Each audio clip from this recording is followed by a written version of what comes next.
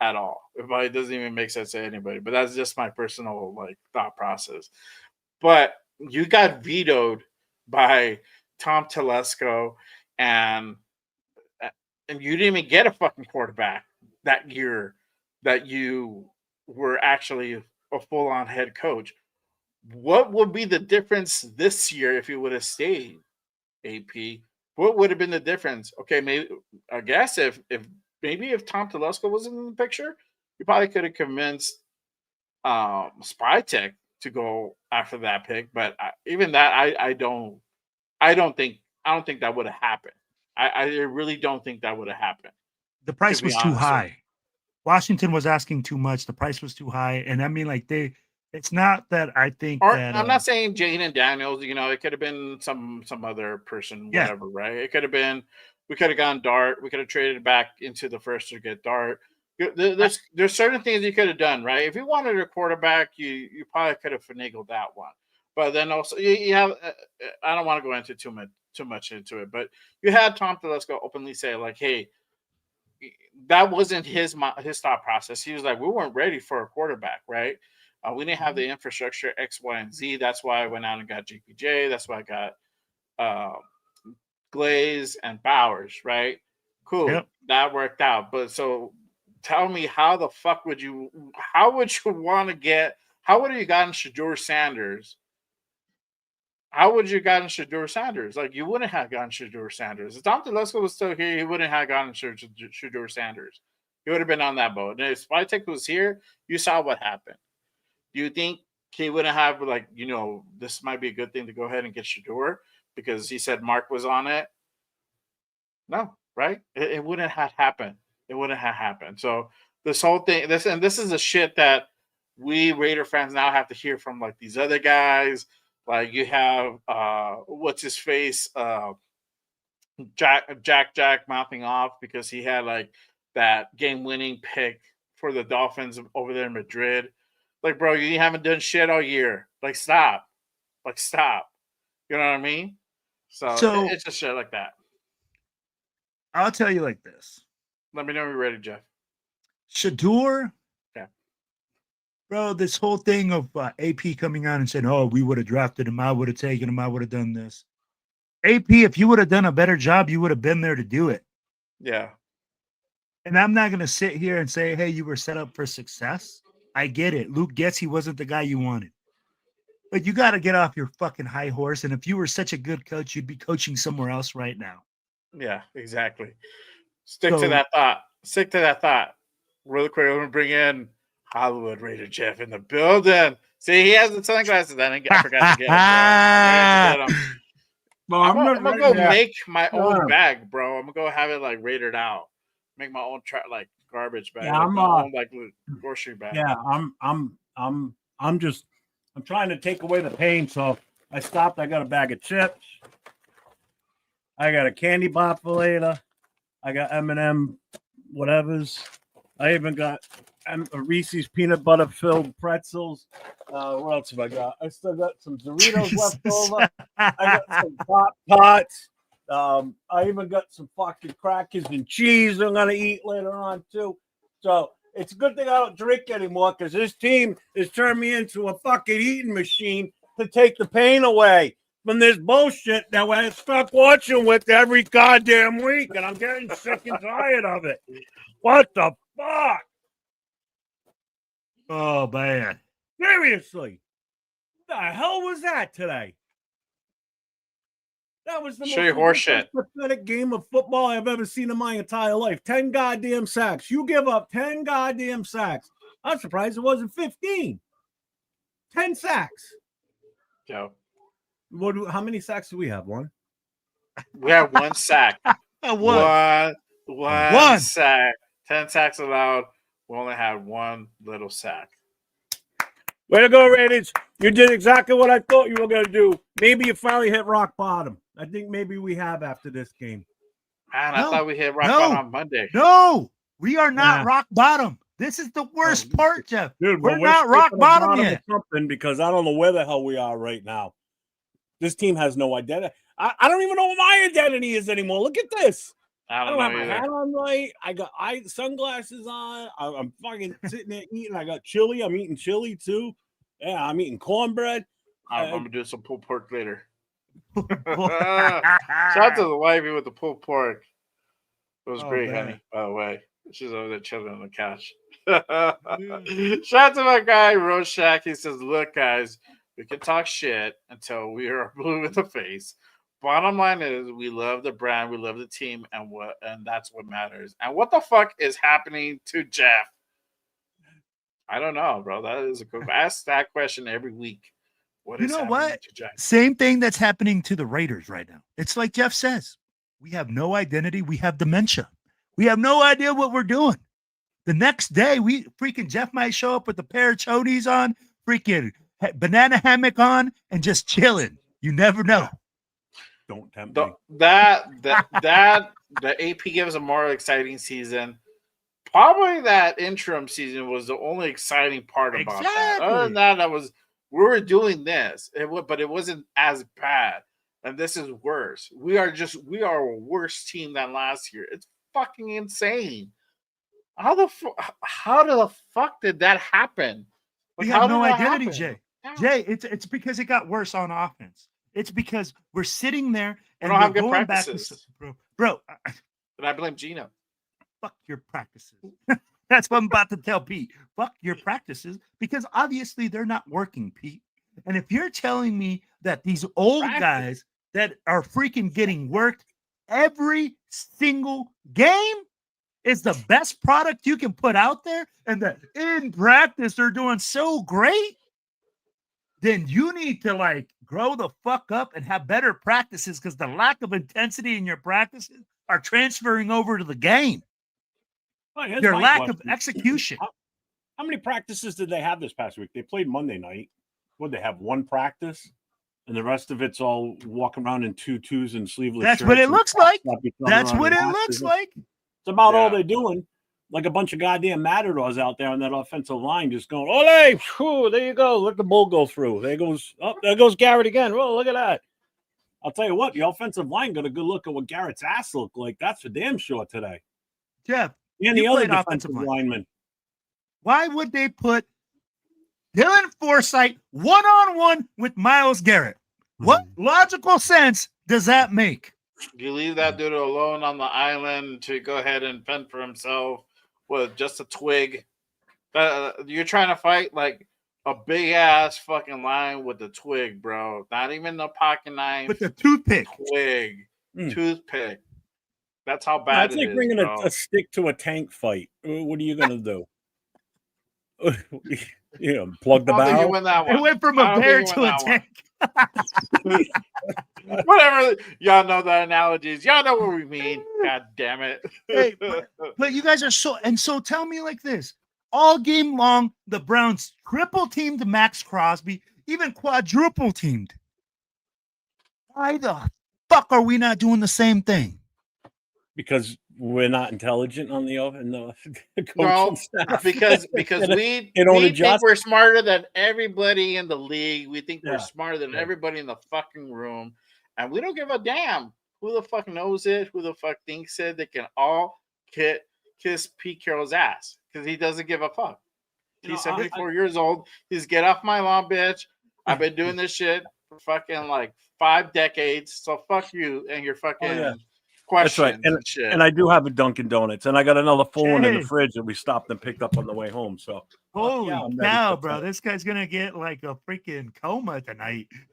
I'm going to spike the shit out of my sugar tonight. Oh, jeez. All Carol's need to be fired. What's up, everybody? Yeah. There you go. I need to get sponsored by Keurig too, bro. For sure. I know Jason said, did we expect anything different? Not really, but I didn't expect them to put 24 on us. I thought maybe going into this would be such a defensive battle because both offenses were kind of shitty. Mm-hmm. Well, us especially. But the defenses matched up to the point where, Garrett and his crew were going to have a field day against us, and we were going to do okay against them. Our defense didn't do okay. They really they didn't do much. Tackling was horrible. We got burned on a few plays. Judkins looked incredible out there on some of his runs. It's like you look at him and it's like they have a decent offensive line in Cleveland, and look what they did against us. No, oh shit! I almost knocked over my whole bowl of chili on my stomach. I hit the spoon, almost flipped it over. I thought it was going to be more along the lines like maybe a 9-3 type of game, you know. And then Carlson again misses another field goal. And you said it too. Thank God we didn't re-sign him. What? I'm glad we didn't, because he won't be here next year. There's no way. No way. Check this out. So Geno Smith was asked about the career high 10 sacks that he took today. And then he was asked, what would you say is the difference between today and what you've seen in the past? This was Geno's response to that. Oh God, it's going to be great. You know, I wasn't counting the plays. Oh, if you want to go ahead and put it up. Do you have it? I didn't know that you had it. I don't have it, but if you have it. Oh, somebody texted it to me. Oh, somebody texted to you. Okay. Yeah, right, that's why I was like, what? I don't think they clipped it yet. Yeah, they didn't clip it. It says, you know, I wasn't counting the plays of the sacks, so that's new information to me. Geno Smith, if you're in the game and you are consistently on your back, that means you're taking a sack. That is no bueno. That means you're going backwards. New news to you. New news. Hey, guess what? Sacks are bad. Are you kidding me, man?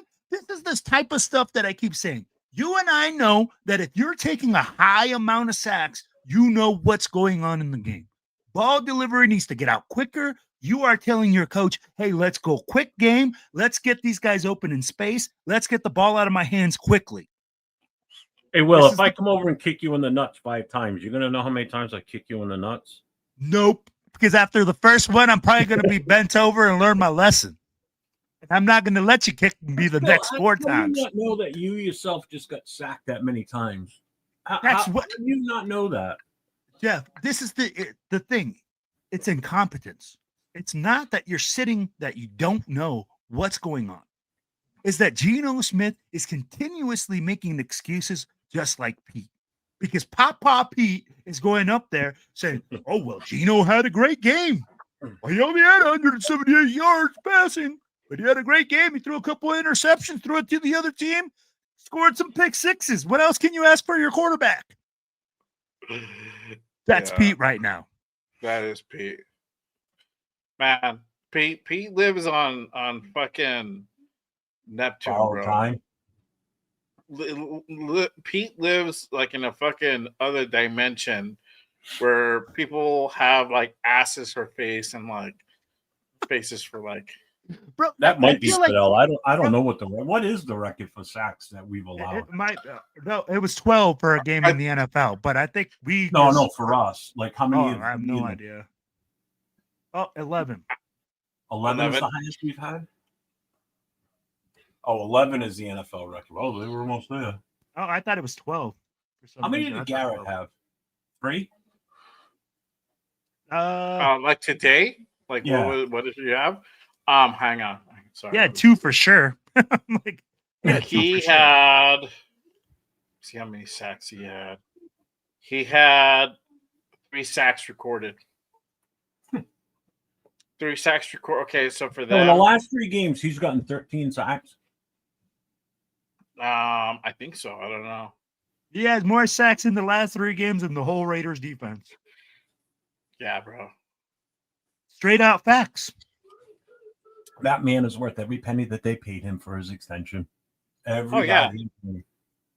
He literally can take over a game. That's the type of guy that you want. Max can't take over a game like that. He can't. Whether he's single teamed or not, he can't. He's not the same count. Anybody that's got this delusion that Max is the greatest in the league, you're insane. You just witnessed the greatest. He's high up there in the league, and he's high up there, but he does impact games. But he doesn't do what Myles Garrett does in that capacity. Physically, he can't. He can't. Can he have a game like that? He could have a game like that. I think he had like a 2-sack game Was it But against consistently, that's the Tennessee or thing. something like that? Yeah, but consistently is what I'm saying. Consistently, no. And that's just it. Miles Garrett can severely change the outcome of a game. You know, I mean, look what he did today. So I'll put it like this, Max Jeff. can't do that on a consistent basis, and it's not so much a knock on Max. It's just the way that we use him and the way that he gets affected from the offense that you're playing against. You know, they adjust for him. We didn't adjust for shit today. I mean, we didn't give anybody any help, no matter where he lined up, whether he was on the left side, right side, or up in the middle. There was no emphasis on like, hey, there he is. I didn't see a single offensive lineman point out to him. Did you? Did you see anybody say, hey, you know, not for nothing, but there's a guy on the other team that's dominating like him? You make it a point to point out where the fuck he is, so Gino knows where he is too, to make sure that he's aware that he's on this side. Like, hey, Gino is not aware that he's taking 10 sacks. Gino is not aware that he's taking 10 sacks, Jeff. Exactly. How dare you talk about that? He doesn't know where he is. Concussed, bro. Like half of the time and shit. Coming off a concussion. The grass out of his eyelids. Well, what down is it? Fifth? So let me tell you. What down is it? Fifth? Was he legit walking? I heard a rumor that he was actually swearing at fans walking off the field. Is that? Yes, he was flipping them off. He flipped us off. I'll post it up again. Jeez, I know bro, everybody wants this is the hottest ticket right now. I know hottest ticket. Again, shout out to my guy, Raider Jesse. Salute to him. What are you doing? Go ahead and give him a follow on Instagram. Yeah, here, hold on. Let me pull it up. Doesn't he sits over near Josh, doesn't he? Yeah, he sits with Josh and Joe Morley. Oh, so he must have done it right after them then. Yeah, this is Gino towards the end of the game. You don't need the audio. There you go. Oh my God. There. Yeah. And probably the culprit, and I don't want to put 100% Josh, but Josh, I know Josh because I've been to the block hall and sat there, and he's probably, but it's not just him. Everybody was booing him. Everybody. It doesn't matter. It doesn't matter. That's your job. That is his job, 100%. And if you're playing the way you're playing, Gino, you're gonna get that type. You're gonna get that type. Yeah. Give a fuck, bro. See, this is where accountability on players comes into play too, because that's where someone else on this team that knows that he did that or sees that he did that needs to pin him up against the wall and tell him, you don't do that shit to your own fans. You want to do that to the Pete Carroll needs to do that. You want to do that? Needs to get that old 73-year-old scraggly ass in there. No, I get that, and you're right. But it should be a player that takes him aside and puts him up against the wall and says, listen, you don't do that to our fans. You want to do that to Chiefs fans, Chargers fans, Broncos, whatever. Go have at it. You want to pull your pants down and moon them? I don't give a shit. But you don't do that to your own fans in your house, in your own home. That'd be like him walking through my house right now. And I invite him in, and he flips me off and starts swearing at me. Motherfucker, you're in my house. I helped build this. I helped pay for this by my ass being in these seats, paying for these tickets. Not you. You're just here as part of the entertainment of the team that's out on the field. We're paying for you. Show us some respect as fans. We're the ones that are enduring this shit whole season. You're getting paid for it no matter what. We're paying to be here. 100%. And this is the shit you're going to do to your fans? I was saying earlier, like he didn't flip off anybody when he was, collecting that, $38 million check. He's not saying anything to the front office. He's not flipping off the front office when he's getting those direct deposits into his account. He's not. He's just like, yeah, I love it. Keep that shit coming, right? So it's just despicable, and this is a character that Gino. It's unbecoming. It's unbecoming of an NFL quarterback. I'm not surprised. 100% of your team. So Mark Davis is not only just the owner of the team; he's a fan of football. He's a huge fan of this team. He might as well just walk up to Mark's office, walk in his office, and doing this to him the whole time, because that's what he's doing by doing it to the fans in the stands. You're doing it to him too, the owner.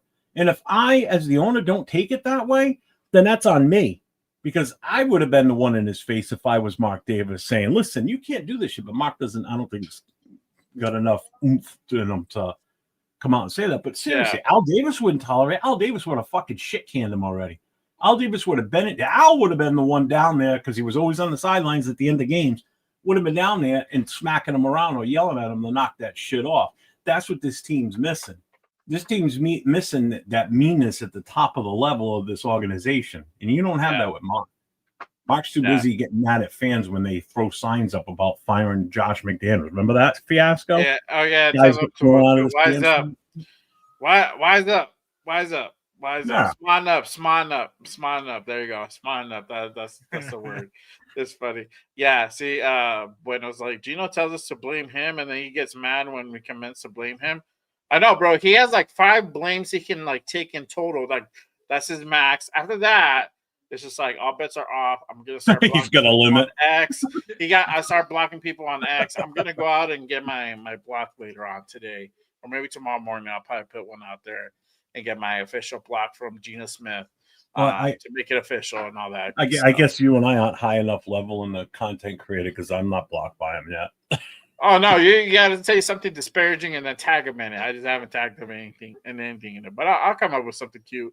Tag him in something that I just said. I don't give a fuck. Exactly, man. But I'll meet him in the fucking parking lot in Philly if he's still a quarterback. There you go.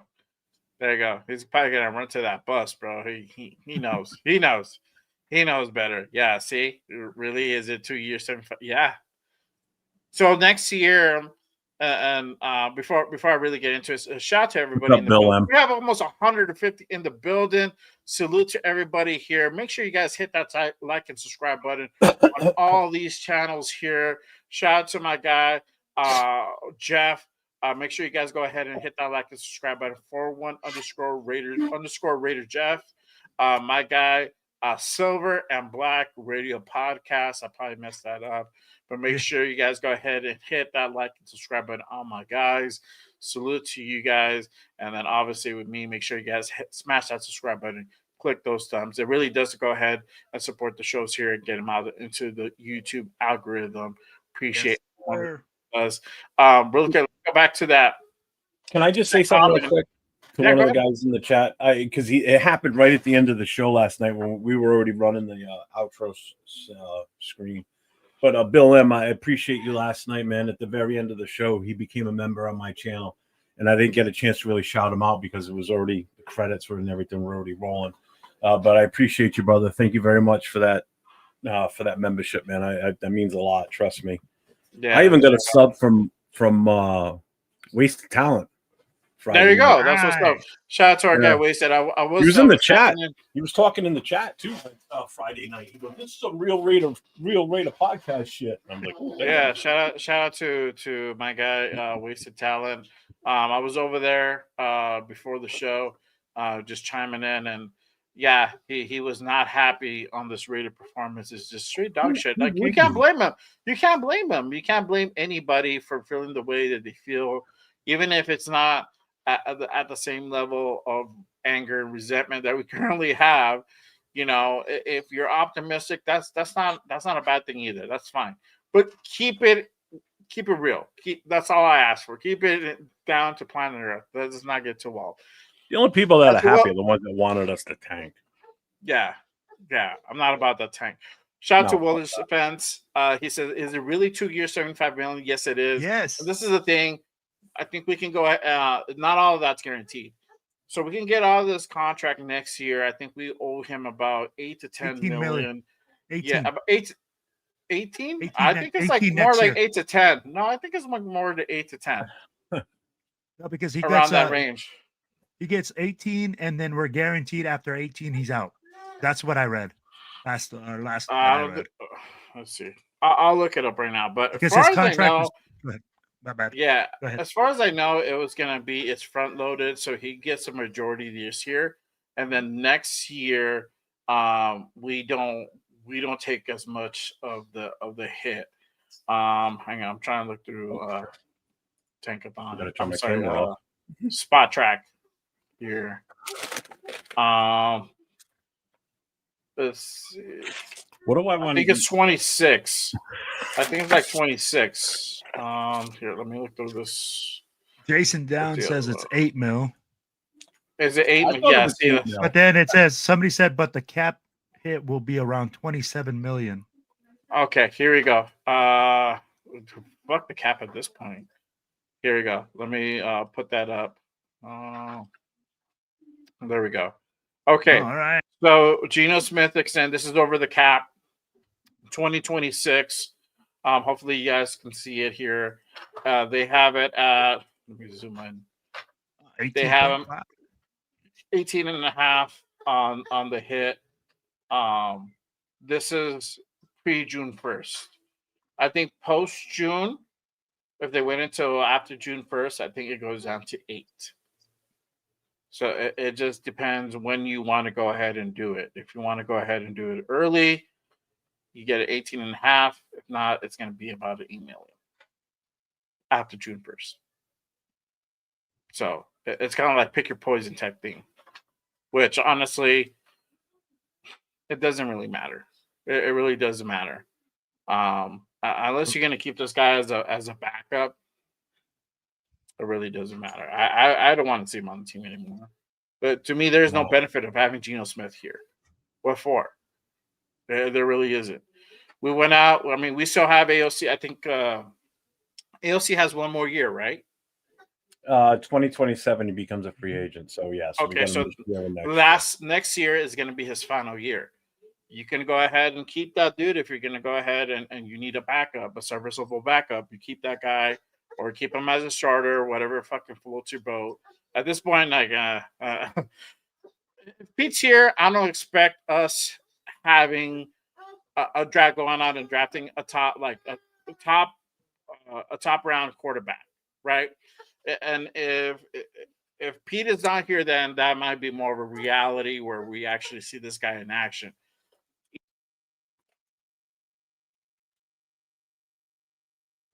Jay, I can't hear you. Yeah, you're muted.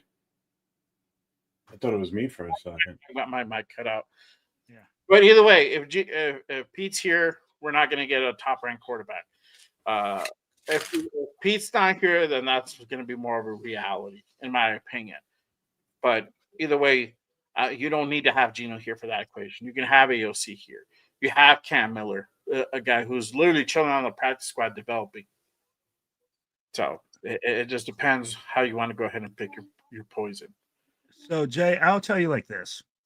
Before this whole situation happened with him flipping off the fans and just being this freaking ridiculous and incompetent, I would have said, hey, if you draft a rookie, you don't have to immediately throw him to the Lions. Yeah, I get it. Nobody wants to keep Geno at least for half the season next year. And you let Geno start, see if he has anything changes. And if not, you put in the rookie. Yeah, and I get it. But you put in the rookie and you don't throw him to the Lions, right? Yeah. But after I wouldn't be this, surprised about them. After He said this, that last night in that show. I agree 100% with him. I don't think so. I don't think so after this.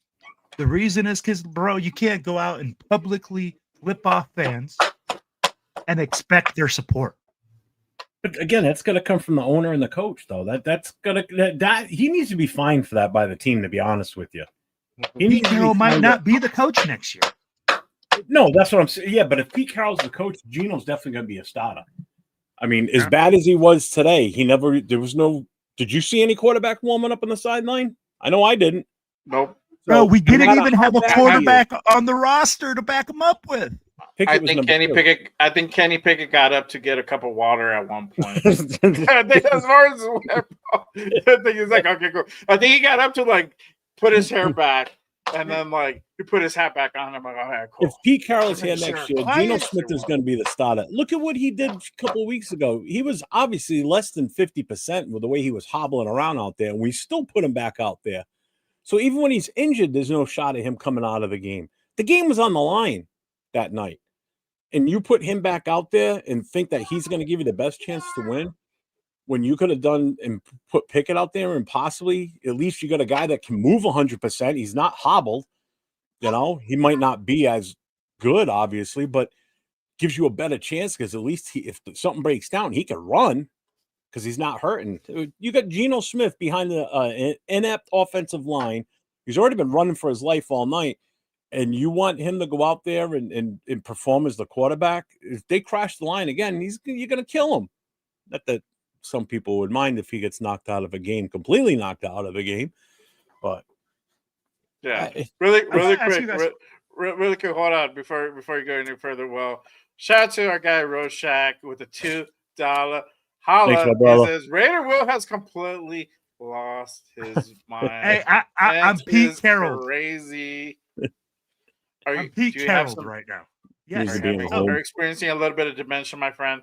Yes, obviously, because the Raiders were giving it to me. I'm telling you like that. I'm So, having some mental issues. Holy Look- fuck. what's up? Dude, the Rams have got 31 points already. It's not even halftime. 31-6, I think it is. Hey, just rub it in, Jeff, how bad we are that other teams at halftime have 31-7. scored more points than we have in the past 3 games. We haven't even hit 30 this year. Well, we're 29. never going to hit 30. Unfortunately. No. That ship has sailed, my friend. Yeah, Today I'm was the surprised chance we that hit we could 20 have again. possibly, but Let me ask you guys this. Every single time we start hearing hype about a guy, or we had Caleb Rogers, we have AOC coming back. Every single time, these guys get put on the injured, unable to perform list. Or, hey, we're just going to put them on some list that they're not even going to be on the field. What are we doing? Guys, and then, he had a bad week of practice. Why is AOC not the backup? If you already know Kenny Pickett ain't it, why not say, hey, you know what, AOC? I know that you're not mobile. I know that you're a standing still back there, freaking whatever. Get the ball out of your hands quickly. If you know the offense, throw it to the wide open guy. see, and I think What that's do you the do? difference with AOC 12. Can't He's get got no a quicker worse. release. He's got a quicker release. He'll get Yeah. rid of the ball, and he doesn't stare. And trust me, you've seen it. He doesn't stare receivers down like Gino My does. thing, okay. My thing with I'll keep Robert's comment up real quick. We'll get to it. My thing with AOC is that he's gonna look like dog shit to start off because he hasn't played all season. Yeah. The last time he played was in that open practice. I'm sorry, but the last time scratch that. The last time he played was that game versus the Cardinals, which he was struggling already. So he's not gonna look good at all. We're just, and with this offensive line, it's just gonna look fucking even ugly. You guys think 10 sacks is bad? Try 15. It's gonna get that bad. When you have a guy like Stone Forsythe in as your tackle, or putting in guys like Will Putnam, in, it's not gonna be good, bro. It's not. It's not a good formula. Unfortunately, you probably have to have him as a third QB for a little while until they put the rookies in. And if the rookies are kind of holding their own a little bit, I don't expect much from the rookies. I don't. I really don't. But if they're out there and they're showing little sparks here and there, and they keep them in there, then that's probably a time where you might want to go ahead and fuck around with AOC. But it's gonna get really, really bad. He's gonna have to really you're asking a kid who struggled all year long, started last year too, to be instantly good and get the ball off. It's a very hard thing to do.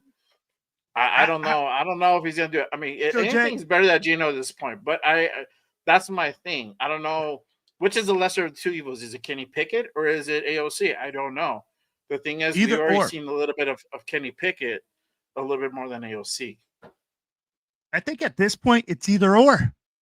We're just tired of seeing Gino. And with Gino having this type of reaction after the game, bro, you do not deserve to be here. Yeah. I don't give a shit. Yeah. Shout out to Robert Davila. Let me get to this comment here. What do we do with Chip? Oh, I lost Jeff. I'll be back. What do we do with Chip? You got to let him go. You have to let him go. I don't see us being here with Chip. I think the whole experiment with Chip is done. We're done. I really do. I don't think this is gonna pan out. I don't think this is gonna work. I think he's still caught up in college mode that he can't realize that the type of offense he's trying to run is not transferring over to the NFL level. Like you said it best. You can't run 7-on-7 and expect like these guys to go ahead and just shred the field. Doesn't work with this way. These guys are fucking elite. These guys are bigger, stronger, faster, smarter at this level. When you're playing starters, these guys are on a different fucking level, you know. So I don't think it's just that adaptability. I think he was just too much. He spent too much time away in college, and now that he's trying to go ahead and come back, I think it's just like it's not correlating. So might be a thing where we need to go ahead and part ways with Chip. What do you guys think about that comment? That Chip, you're garbage. Chip, you're thinking that this is college football and you think this is 7-on-7. Dropping back to pass 49 times plus a game is not a winning solution in the NFL. Your offensive line has no power, has no willpower because they continuously pass block. They go backwards. Richie Incognito came out and said, how do you help an offensive line that is struggling? You pound the motherfucking football. You run it as many times as you need to, and then you use play action. What's up? Thank you for reminding me of the Incognito interview he had here on Chip Kelly. Do you guys want to hear it? I have it up. If you guys are down to hear it, we can go ahead. Jeff, you down to hear it? Back up my position. Yeah, go for it. What Incognito said? Yeah, go for it. I don't think I might have heard it once, and it's been a while. Okay, all right. This was like the other day. This was like recent. So this is Richie, our former lineman Richie Incognito, talking on the Arena Gridiron, and he's criticizing Chip Kelly on the play calling and the performance up to date. So let's go ahead and play a little bit of that. Shout out to the Arena. Make sure you guys go ahead and give him a follow and a subscribe as well. Kelly's offense is not translating to the NFL. Mm-hmm. It is a complete mess. We have a workhorse in Ashton Genty. Need to feed him the ball. Mm-hmm. Everyone's saying, well, the offensive line is bad up front.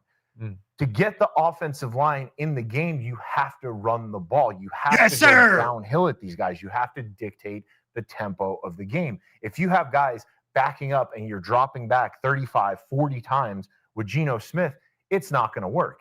And Chip, in his infinite wisdom, thinks that we cannot run the ball and still get play action to work. You were talking about it before. You have to threaten them a little bit with the run and get your play action going. We're running play action out of the shotgun. We're putting it in Geno's hands, and Geno is turning it over left and right. So I think Chip Kelly, his issue is he thinks he's smarter than everybody, and he's going to let you know that he's smarter than everybody. But in the NFL, there's a lot of smart guys, and there's a lot of great players. So this bullshit offense that he was running is not working. Nope. And Chip needs to look himself in the mirror and ask himself about the personnel decisions they've made, the offensive line that they've trotted out there. 100%. We have our right guard go down, a second-round pick, Jackson Powers-Johnson, and they're pulling him in and out of the lineup. He's our second-best offensive lineman next to Colton Miller. So a highly touted Oregon guy, right? Remington Award winner. This guy is the best center in the nation. He's a second-round pick. So let's put him at right guard and have him rotate with Alex Kappa, who is the worst pass blocking guard in the NFL. Now Jackson Powers goes down. What are we going to do? We're going to start two undrafted free agents, Will Putnam and Jordan Meredith, undersized guys, and we're not going to play our third-round picks. We have two third-round studs that we've had. So I'll wrap this up. I think there's a lot of funk around the Raiders organization right now. And those fingers need to be pointed at Chip Kelly. That defense is good enough for them to win. Well, no run game, play action out of shotgun, running reverses and all this stuff. It's a mess. Oh, yeah, 100%. You can't be doing those cutesy plays. We're not good enough to do those stupid run reverses and bullshit. We can't do that. That requires finesse and perfect timing. We ain't got that. We need to do just exactly what he said. We just need to stick to basics and hand the ball off left, hand the ball off right, hand the ball off left, hand the ball off right. Oh, there's Brock Bowers. Boom, dump pass. All right, hand the ball off again. Hand the ball off again. Oh, there's Brock. Boom, dink it off again. Guess what? You move down the goddamn field. Guarantee it. Yeah. Not this bullshit we're watching. Not this bullshit. Thank you. Thank you. And this is again, thank you for playing the video, Jay, because that 100% backs up what I was saying. She Chip hit Kelly it, thinks this is right fine. on the button, bro. Yeah. And everything is true, bro. Like, how the fuck are you expected to sub play action pass with like You fucking can't. 4 carries in the fucking Yeah, Chico, half? that was Richie Incognito in that video. Yeah, like 4 carries and a half. Like, come on now, get the fuck out of here. You know what? Yeah, 4 I carries think and a half. Come on. I think what else is also extremely depressing to be sitting here and watching what we see on the field or on TV is when you watch other teams that struggled early this season and then have turned it around and are in a completely different atmosphere than what we are and from where they were when they started the season. And it comes down to one thing. You know what that one thing is? It's the coaching. It's the coaching. It's not the play. The Coaching talent is didn't change. trash. The talent's the same talent that started with the roster before game 1. So let's look at New England. They start off horrible. Guess what? They're number 2 in the AFC right now, only because Denver's on a bye right now. So they're tied right now with them. Okay. Colts just lost today. So they're now another game behind them. Buffalo's falling. You know who's in first place in their division today after they won? After a horrible start? They were 1-5 at one point, just like us. Baltimore Ravens are now in first place in their division. They've turned their shit around. Granted, Lamar Jackson didn't have a beautiful day today, but they're winning. It's coaching. Coaching changes everything. It's not the personnel. It's the same players that started the season. This coaching staff is just straight garbage. That's what it is. And we're just incompetent and inept. We don't adjust anything. We don't. That's right there. The only You just hit the nail on readjustment the was head. that happened was probably that New England game. Well, That's really where we went out and made like second half adjustments. Other than that, we haven't really done shit. let me ask you guys this. What's up, Mike? Okay. If you guys have an offense that doesn't suit your team, do you try to force that offense onto your team, or is your job exactly? And Chip Kelly hasn't done that. Chip Kelly is coming in here and saying, "Oh, this is my playbook. I know better than everybody else. I've done this a million times," and you haven't won in the NFL. Chip Kelly has never won in the NFL because he throws the football too much, because he's playing a college football offense. When he came in, he had the tempo. Remember, everybody was like, "Oh, his tempo offense was fantastic. Great college offense." They caught on to it, and he sucked, and he got kicked out, and he went back to college, and he had success in college. And because of success in college, they want to transfer it over to the NFL. Sorry, Jeff. Fuck that. There's an interview he did at the start before the season started, when we didn't even have Geno Smith. I think it was before the draft, actually. I forget who it was that was sitting down and talking to him, but they were in Allegiant Stadium overlooking the field, and they were talking to him about the starting quarterback for this team. Because at the time, all we had was AOC 12. Okay. Minshew was already gone. You know, we didn't have anybody else. It was just AOC 12 was the only one on this team at the time. Right. And his exact words were, I can suit my offense that I run to fit whatever quarterback we have. I can work with any quarterback that we have currently on the roster. His exact words, currently on the roster, I can work with quarterbacks and make them successful. Then what the fuck happened? Why is he not adjusting? Doesn't look like that. No. Why is he not adjusting the offense to be suited towards Geno Smith? And now that we have a legit running back, why are you not changing things? Why are you still trying to shove your offense down people's throats when you know we can't run that offense? You know, you got to go back to basics. Seriously, I go back to the fucking wing tee, the Delaware wing tee shit. I don't give a fuck. Center. Go back to a wishbone offense. Yeah, power is everything. At this point, we got to do something because this is pathetic. I've never seen it so bad. Hey, you're going to tell me that we are bad at pass blocking and we are in shotgun 90% of the time, and we're going to be aggressive and run the football out of shotgun?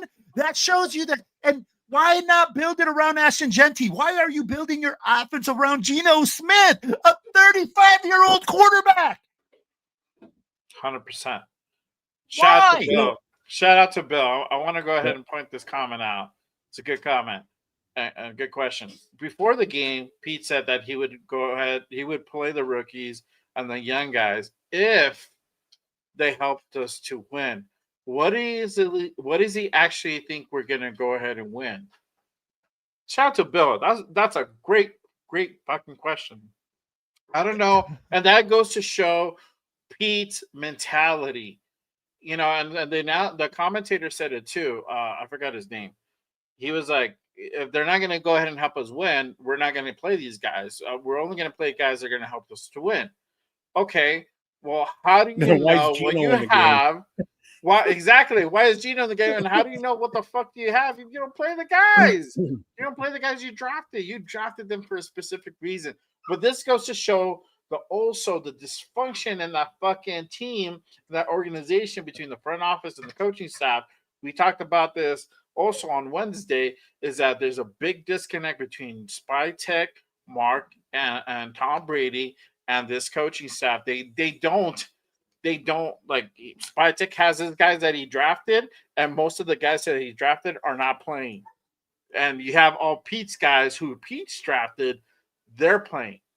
They're playing, or they're getting some actual time, catches. You know, they're getting targets and shit like that.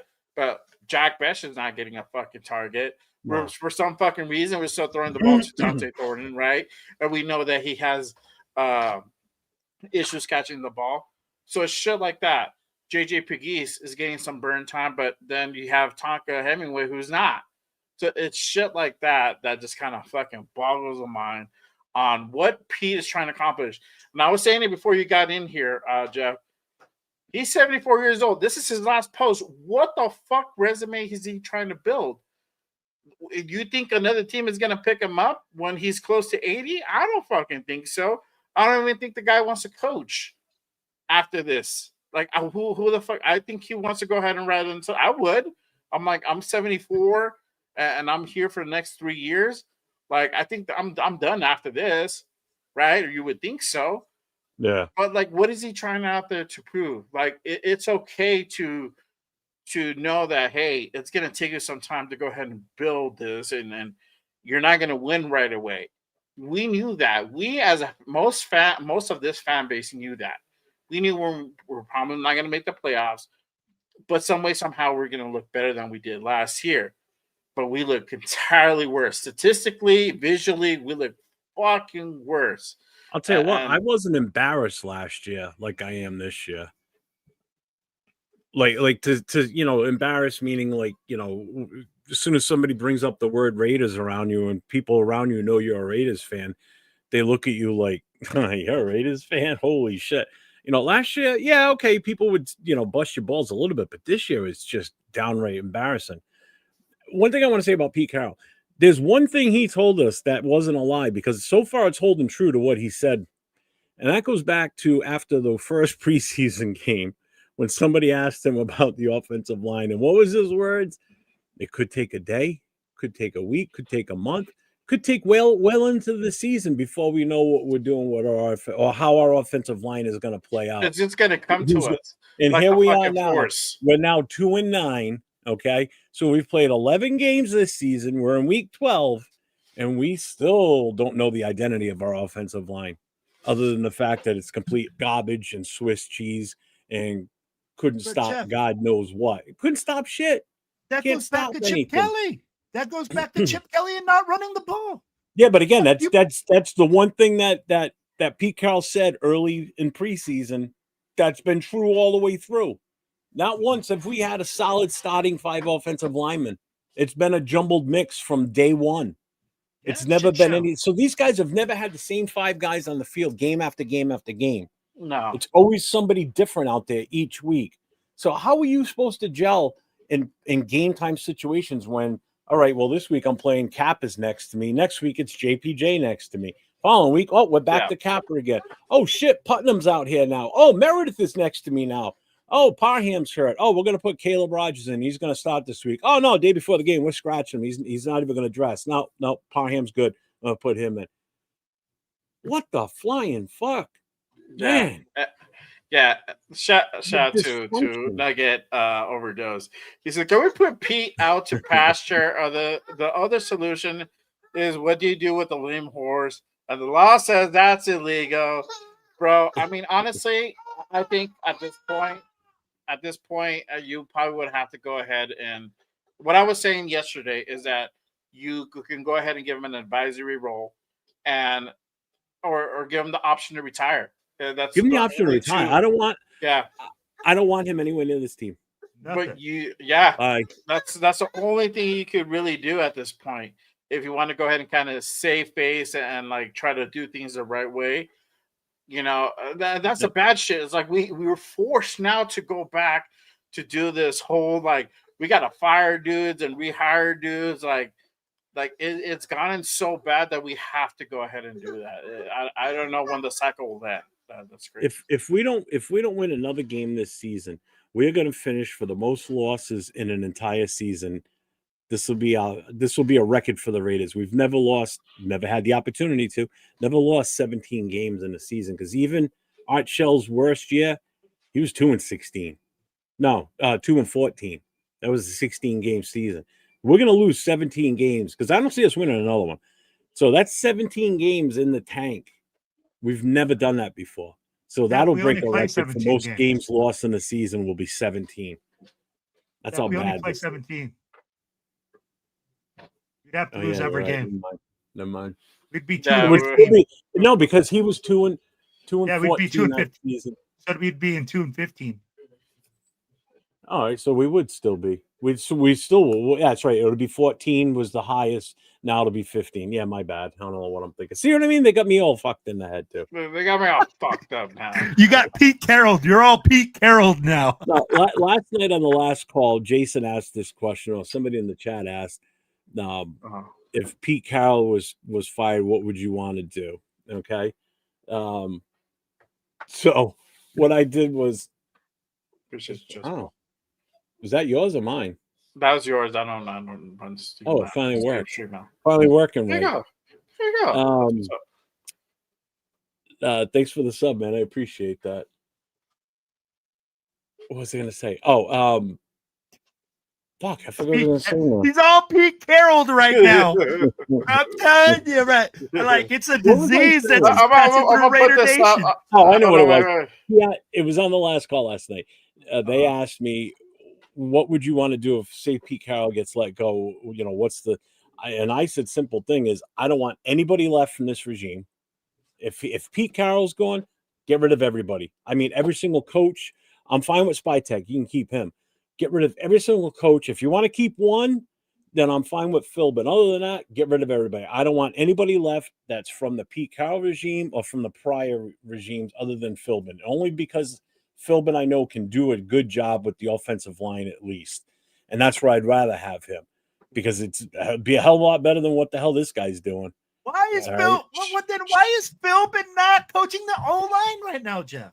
Why are we? Because they don't have him there. Because it's his son. His son's doing that. I don't give a shit. Hey, I know you don't. Hey, you're talking to the dude that has fired his son. I would fire my son, bro. Here's the thing: we have Philbin in the building.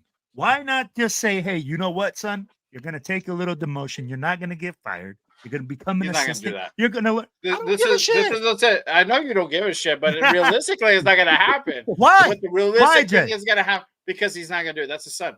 The realistic thing for that to happen is for Spytek to grow a pair and take control of this roster and this coaching staff and tell this fucking guy either kick rocks, fire him flat out, or tell him, hey, you need to go ahead and take a step back. You're gonna sit under Philbin. Philbin's gonna run the offensive line and the run game. You're gonna go ahead and assist him. I love the idea. Somebody in this organization has to have the set of balls to say and do something. Shout out to Donuts. I can get Shula. Get Chris Shula from the Rams. I'd be okay with that. Defensive coordinator from the Rams. He's a name that's been out there. Definitely. Comes from the Shula tree. McVay, Shula, Don Shula. What is it? His grandson, right? It is his grandson. Yeah. So yeah, I mean, that family has legacy, but more importantly, he comes from the McVay tree, and you know that fucking tree right there is money. Is money. I want also Mike LaFleur. That's another guy. If we do like a full regime change, which I hope we do, and I know Tanner's saying that, Mark said that, but shit could change. Shit could literally change. Things could happen at the end of the season. We don't know what's going to happen on that Black Monday.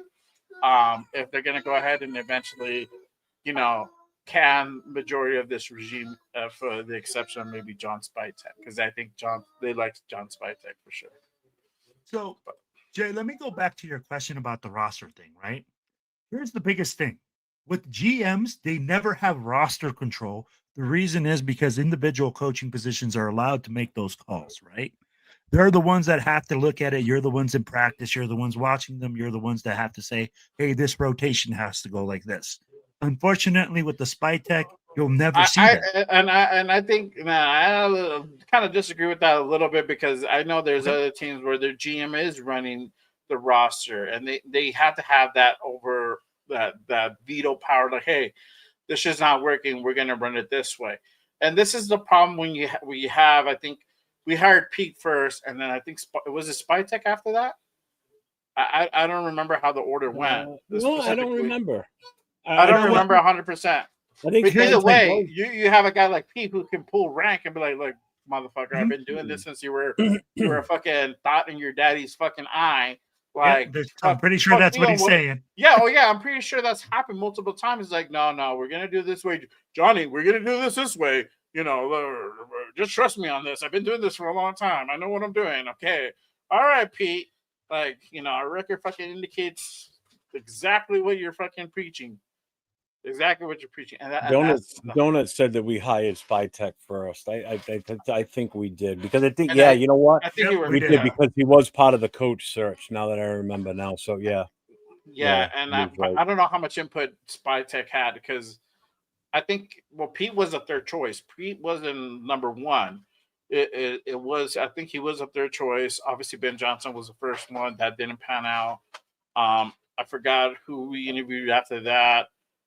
I think it was Spags. We interviewed a few coaches, and Pete was like the third one that was actually like really kind of like interested. We didn't even get Todd Monken in the building. I don't think that interview happened. Saleh happened, but didn't like Saleh for a head coach. It was always going to be like a DC type of role. So, it's just crazy. Crazy. But man, I don't know. I don't know kind of where we go from this. The ride is not over, folks. The ride is not over. This is going to continue to get ugly. Still sinking. I get the exact dates. You ready? Okay. So Spytek was named general manager on the 24th of January, 2025. But they announced he was named on the 24th, but they picked him on the 23rd. Pete Carroll was named head coach on January 25th, 2025. So it's only a day different. A day different. So to me, what that means is that Spytek had no influence, no say over 100%. The hiring process of the coach. Yeah. And this is a problem with this team and teams that do it this way, is that you give a lot of authority, a lot of leeway to your head coach, and not the GM, who is literally the guy who should be essentially running as far as like the play personnel and building this roster up. And they're not doing that. Huh? Is Will in the middle of an earthquake? Probably. All I can see is this. I know. I'm just agreeing. Yes. No, your whole screen shaking, like your laptop screen shaking. That's why I was like, "Oh, what?" I'm like, "What?" Yeah, but this is the problem that we. Yeah, this is the type of problem that we have, and that's why we're also experiencing these issues. Is because the GM is not the one making the hire, and there's supposed to be that hierarchy. You, Jeff, you like to make these analogies, right? For like think about it, you're at a job, right? So think anybody who's held a corporate job would fucking know. I have a corporate job in a sense. My job is kind of corporate. My company is owned by a parent company that's a big company. They have like thousands of employees, blah, blah, blah. They have a hierarchy. There's a point being. And there's no you know, you have your assistant manager, your general manager, and then you have a regional, and so on and so forth, right? You have a VP, and you got a right. So we have a head coach, then you have your GM, then you have ownership, right? And everybody, a president and operations, et cetera, et cetera, et cetera. That's not, to me. Pete is like fucking the president of operations, the football operations right now. He's running the show. He's gonna do whatever the fuck he wants, and if he doesn't, if you don't like it, you can go kick rocks. That's essentially what he's telling everybody. He's like, bitch, I run the show. It doesn't matter what you say. It doesn't matter what you think. You can want to play the rookies all day long, but to me, if they're not going to go ahead and give me a chance of winning, I don't give a fuck. I don't care. Shout out to my guy, Raise Allegiance, Lunatic Raider. Appreciate you, my guy. Salute to you. Double. Yeah. No, I said Ben Johnson. Yeah, Ben Johnson. Yeah, was, Ben Johnson. Yeah. He was the first one that essentially went out. He just did it as a courtesy, and he even said it. He just came in as a courtesy. He didn't do it. He was never serious about being and look at the Bears now. now. Where are they? Yep. Look, I'm sorry. What did they do with their first? What did they address right away? What was that, Will? What did they fix? Well, they got a quarterback too. They had Caleb. No, the quarterback Williams was there before Ben Johnson got there. Caleb Williams was the year before. So what did he do when he came in? He fixed the offensive line. And where did he get him from? He fleeced 2 guys from the Kansas City Chiefs. Why are the Chiefs so bad this year? Because their offensive line is a little weaker because they lost 2 guys. So tell me it takes skill players to No. I'm not saying you. I'm saying in general. Like some people are like, I'm just telling you. So here's the thing. Line. Right? And I'm gonna tell you like this. You have to look at position of need in the draft and what is the guy that you have higher seated on the board. If you have and for me, if you do it this year, for me, quarterback is not the year to do it. I know a lot of people are enamored with the kid from Indiana. I know that like stuff like that, but Mendoza won't survive this type of freaking beatdown. Mendoza is a great kid, but the mentality that it takes to develop under this type of duress is incredible. And then with Chip Kelly being your offensive coordinator, who Chip Kelly is not known as a guy that like treats people right, that doesn't develop, it's a lose-lose situation. So in my opinion, I'm with you, Jeff. I think next year, if we're looking at them, we have to address the offensive line because at the number 4 pick, if we take Mendoza and Mendoza ends up having even some sort of chance of starting next year, he will be demoralized by the end of the season. He will be in the same situation as Geno Smith, getting booed, being told that he sucks, and that we need another quarterback. And you're going to kill a kid's confidence. There's a rookie that's just going to ruin it for the rest of his career. 100%. Like Raider Paul keeps pushing, like, oh no, Mendoza's the guy. I'm like, he goes, and then you get, then we'll go free agency for the offensive lineman. I said, do you honestly trust this regime to go into free agency and pull offensive line? Look what they did this year. They didn't do jack shit. They brought we didn't do jack shit. He was going to be a help. Okay. So no, you can't take that chance in free agency. Because there's a good chance we finish with the number 2 pick here. If we finish with the number 2 pick, that's an extremely valuable pick that you can move back in. You could even possibly get a first rounder in the 27 draft with that second pick in the first round. So you move back further in the first round, you gain an additional second round pick, okay, and you get a 27 first round pick. And then you could take that second round extra pick and the third rounder that we have that extra pick, and you could probably jump back into the tail end of the first round. So you could pull off and get the top offensive lineman that's available when you pick first in the first round, and then you might be able to grab your quarterback if you want a quarterback that bad, or you go for another position of need, whether it's another offensive lineman or if it's a corner or a defensive end, whatever you suggest at that point, but you got to do something with the offensive line and not rely on free agency. You can't rely on free agency. And well, that's the thing. We drafted 2 guys in the 3rd round, which we still haven't fucking played because they have bad practices. This is where, and you'll never know how good they're going to be if we don't get them out and this there. is how inept this fucking coaching staff is. That they're the ones that need to coach these guys up. They're fucking rookies. What do you expect? They're gonna make mistakes. This is where you want to make your mistakes in a 100%. fucking practice. It's We're practice. 2-9. 2-9. We ain't winning shit. Evaluation of the players on your roster from here on out to the end of the season. I'll say that till I'm blue in the face. I've already said it multiple times this week on different shows. If those 2 guys are not playing in the next couple of weeks, then why do we even bother wasting 3rd round picks on them? Why do we even bother? Thank you. Why did we waste a pick on Betch at number 2 as a wide receiver when we're not even getting them out there enough to even use them? Target a game. 1 target a game. That's pathetic. 1 target a game. You bring a guy in like Lockett, and Lockett's leading in targets. He shouldn't be the leading target getter. It should be your rookies. Get them the goddamn ball. Get them time out there. Why are we wasting time with a 30-something-year-old wide receiver that ain't going to be here next year? Yeah, he won't be here next year. Because we're stupid. Yeah. That's why. Because Chip Kelly and Pete come out and say, oh, we're here to win right now. And we're not winning right now. And I don't give a shit if they're going to tell me that we're going to win out the rest of the season, because guess what? We're still going to go nowhere. Yep. We're still going to be at the bottom of the barrel. So, again, look, we drafted Ashton Genty at 6. We keep talking about how limited touches he has. Why are we not giving him the ball to run the rock? We're talking Jack Besh. Jack Besh is barely in the game. The only time he's in the game is to get a holding call versus the Broncos and get a 30-yard run called back.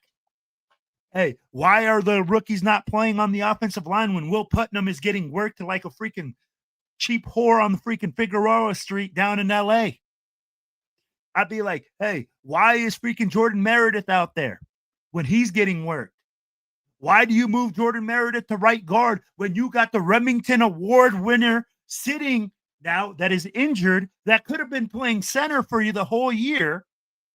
That's the best position, again, in college football. He's the best in the country. And then you are going to tell me that because your son, who ain't done shit in the NFL, comes and tells you, hey, and guess what, guys? Where are we struggling? Run game coordinator, offensive line coach. Where are all the issues on the offense? Yep, let's call a spade. Offensive line. And Pete Carroll, don't come out telling me that the defense didn't put you in enough good spots. Yeah, that's a bunch of bullshit. Let's cut that is shit. the most asinine excuse that I've ever heard. Talk about throwing a whole what do you call it? Throw your bitch ass son under the bus. Well, yeah, Throw both your boys down there, because guess what? Don't throw the defensive unit under the bus. Bro, the only thing holding somewhat of a remnants of the Raiders right now is the defense. Special teams, tell me, what do? Nothing. We've had the best special team. We've had the best special teams for years. And now we suck even in special teams.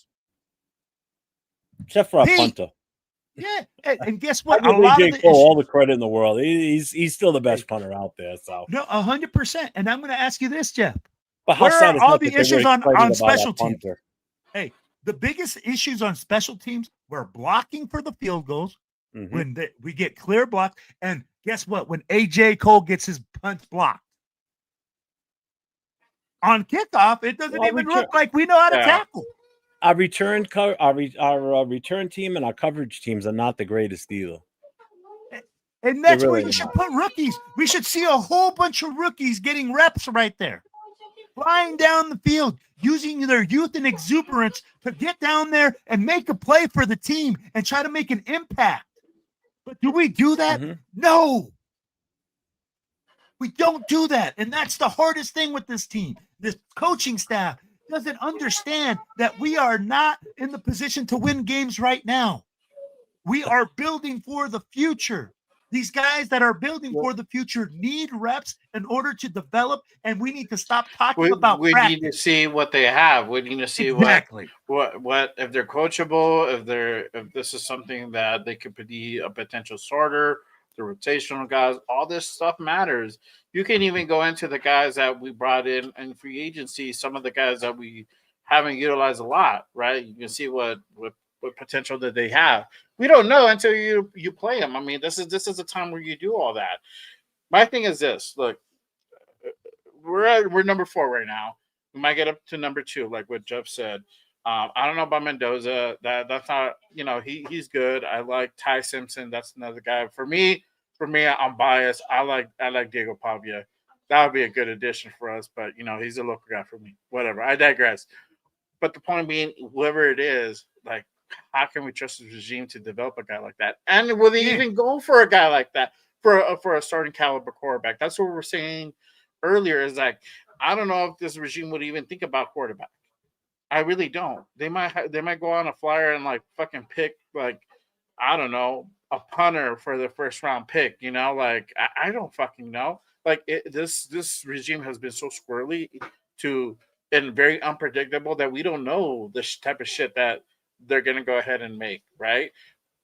John Spytek is smart.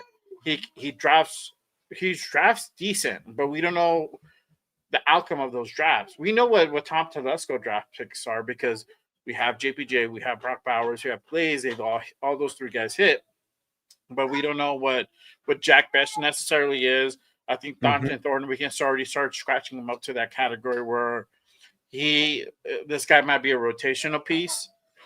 Big East, he might be another guy who might be a rotational piece, but I don't think he's got enough burn yet. The alignment, we don't know what they are yet. So it's all that shit that we just can't evaluate. We can't make a fair assessment on John Spytek's performance. Free agency, I don't think that was Spytek. I think that looks like all Pete's name on that shit. A lot of it is Pete's guys. Lockett, Jamal Adams. Who else did we go out and get from Seattle? Chen. From Seattle. No, Jeremy Chin's another guy brought in. Forsythe came from Seattle. Forsythe came from Seattle. So some of these free agency guys are Pete's guys. So how much do you put that on Spytek, right? So even Kappa would be a Spytek brain. That's a Spytek. But aside from him, who else would you put that? Gino, 100% Pete's guy. And I know that was I'm pretty sure that was a pretty good sell that we had to do. I'll just tell it like this. Mm-hmm.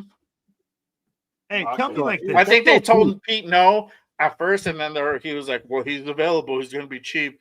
And we just lost Jacoby. He'd be like another like complimentary, whatever the way he spun it. And that's why they went out and like got him. But that's 100% Pete's guy.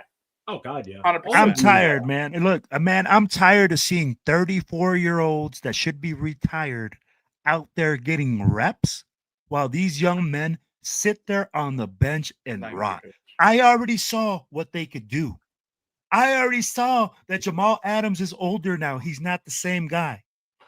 I see that Tyler Lockett is in no way, shape, or form a number 1 wide receiver. Should probably be some slot guy that comes in on limited reps. So why in the hell do we continue to let the rookies sit? Dylan Forsythe, I know he sucks. I agree, Taylor. I know he can't do it. Why can't we put somebody else in? Why is Will putting them in? Why are the rookies not getting any burn to show me what they got? Because you keep telling Raider Nation a bunch of lies, first of all. And that's why Raider Nation's pissed off. Because Pete Carroll has been consistently lying to us because it's consistently telling me one thing and doing another. About that move. Yeah. I wouldn't be surprised at that move. I feel like signing Kyler Murray is a total Raider move, for sure. 100%. Not that I want Kyler Murray, but it would be a total Raider move, for sure. We're not even ready for Kyler Murray. Yeah. Did you guys give a shout out to a certain defensive player that I think the last 2 weeks since he's been given the starting spot has been doing pretty decent? Snowden? Yeah.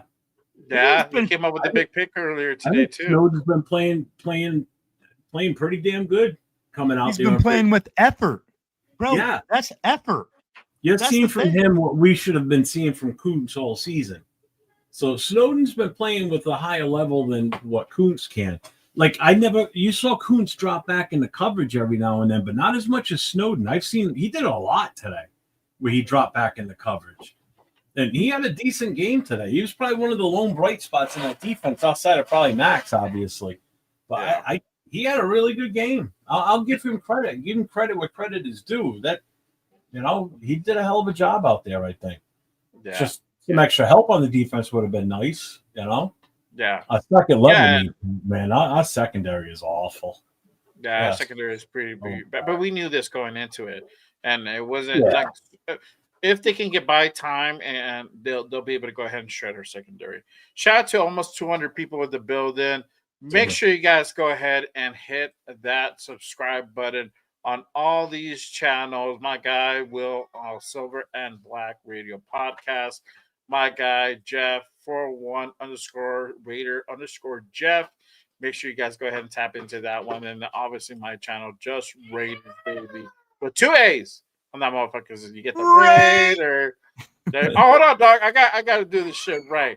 Hold on. Let me do this thing. Go back. There you go. We're so weak. 15. I'm still doing the damn Raider. I don't know why I don't know about that one. The Woodson one just seems weak. I don't know why. I don't know. That was the closest one. I don't know if it was just the emotion in his voice because it was his final game, and it was in Oakland, even though we lost. Yeah. Oh no, we won that one. I think. I don't remember. I think so. I think we did. I don't remember much right now. Yeah, Gino or Jamarcus, neither. I picked neither. I picked. At least we won games when Jamarcus was the quarterback. He won games. I pick fucking Genty as our quarterback. He didn't know the play. I got Jeff Garcia. I think Jeff Garcia. Can we call him? Is he available? We'll get Carson Palmer back in this bitch. There you go. Old school SC. There you go. I'm sure he can still throw it pretty damn good. I'm sure. Hey, man, let's get him signed up. There you go. I know. Surprisingly, I haven't heard the car thing yet. Oh, JMP, you're going to the Philly game? I'll be there for that. I will definitely. I'm going to be in Philly, so it's only a little over a 4-hour ride for me. I'm coming down from Rhode Island, so I'll be there. Be at that game. There you go. That's what's up. For sure. Hit me up. I got all the information on the pregame party, the Friday night meetup. I'll have the. Hopefully, we'll know where in the tailgate we're going to be. We're in the parking lot. Yeah. I knew it was only a matter of time. No, hell no. Don't hit me with this. I had to put my glasses on to make sure that I read this correctly. Hey, what the heck he did play a better game than Gino, bro. He did play a better game than Gino. I don't give a shit, but to say that we should have drafted him, because he played could have gotten him like 3 times over, bro, and we did not. Bro. No. He would have played better than Gino for sure. No. Jay already knows my stance on Gino, so yeah, I'm right over there with Will going no. Yeah, I'm just saying, Shador played better than fucking Gino, bro. Behind for this 1 week of practice, line. How do you get like 1 week of practice and you outplay the fucking opposing quarterbacks? Because you're playing the Raiders defense. You had all season long to go ahead and practice. You get starting reps, and this kid comes out and outplays you, and he didn't even do anything.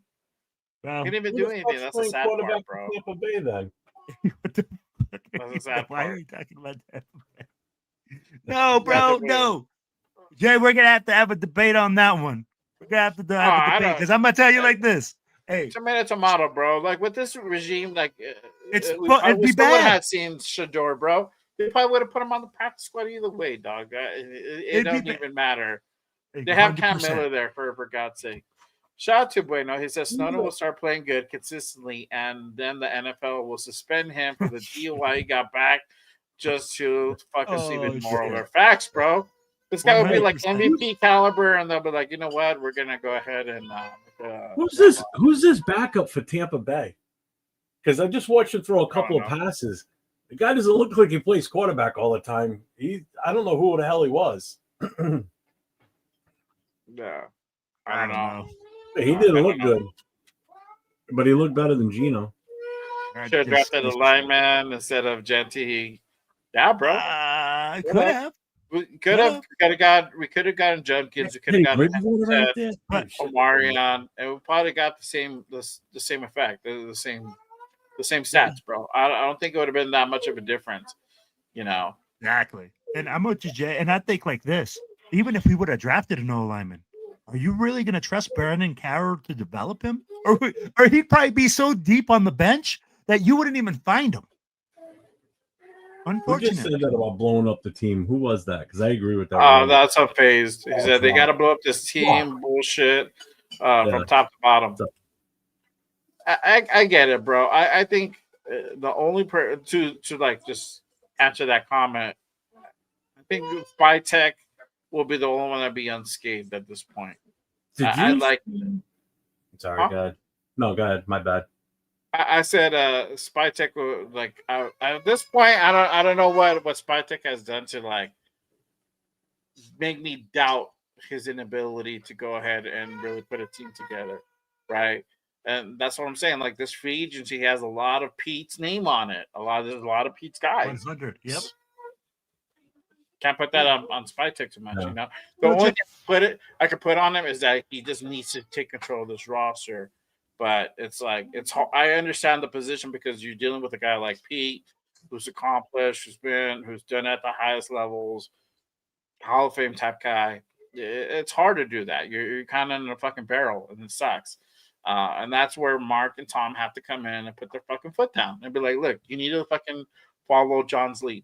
If not, this might not be cop, bad cop. Pete's the good cop. You need the bad cop. You need somebody to come in and just strike the fear in these players and the other coaches, and just something to just strike a match to get it going." So I did want to say one thing. Did you notice after Genty scored that touchdown? Did you see the image they put up on the TV of him sitting on the bench after the fact?